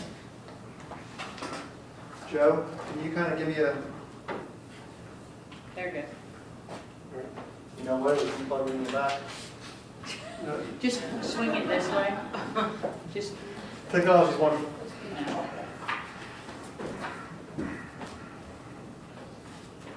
Do you have one of the photographs? Can I just use one of the photographs we Yeah, put in yeah. evidence? Any one of them? Here, I got one. I don't know, let's show when we put it in evidence. Judge, I'm just going to show you what's been introduced to Stacy too. Okay, so it's just showing what's on the Elmo. It's not blowing it up. Well, No. they have been blowing them up, Judge. Well, we've been zooming We have in. the ability to zoom, which I'll show you what that looks like. But they would do that on Elmo. That's, I mean, the same thing. It doesn't just fill up the whole screen. If there's an area of the autopsy, like a certain bullet hole, you could go to that hole. Right. But you're not gonna, it's not gonna fill up the screen. You're gonna just start with the picture the size it is, have the doctor do just like the other witnesses have done. Right. Okay, then I'm fine with that.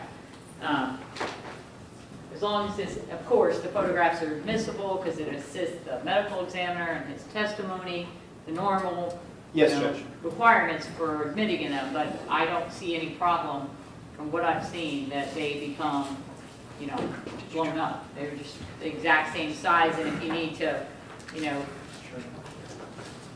zoom in on a one spot, they're not blowing up the whole thing, they're zooming on one spot. So it'd be the same as if you used the Elmo up there. So, anything else? Not for the state, Your Honor. Defense? No, Your Honor. All right, we'll see you all back at 9:30 on Monday morning. Chris.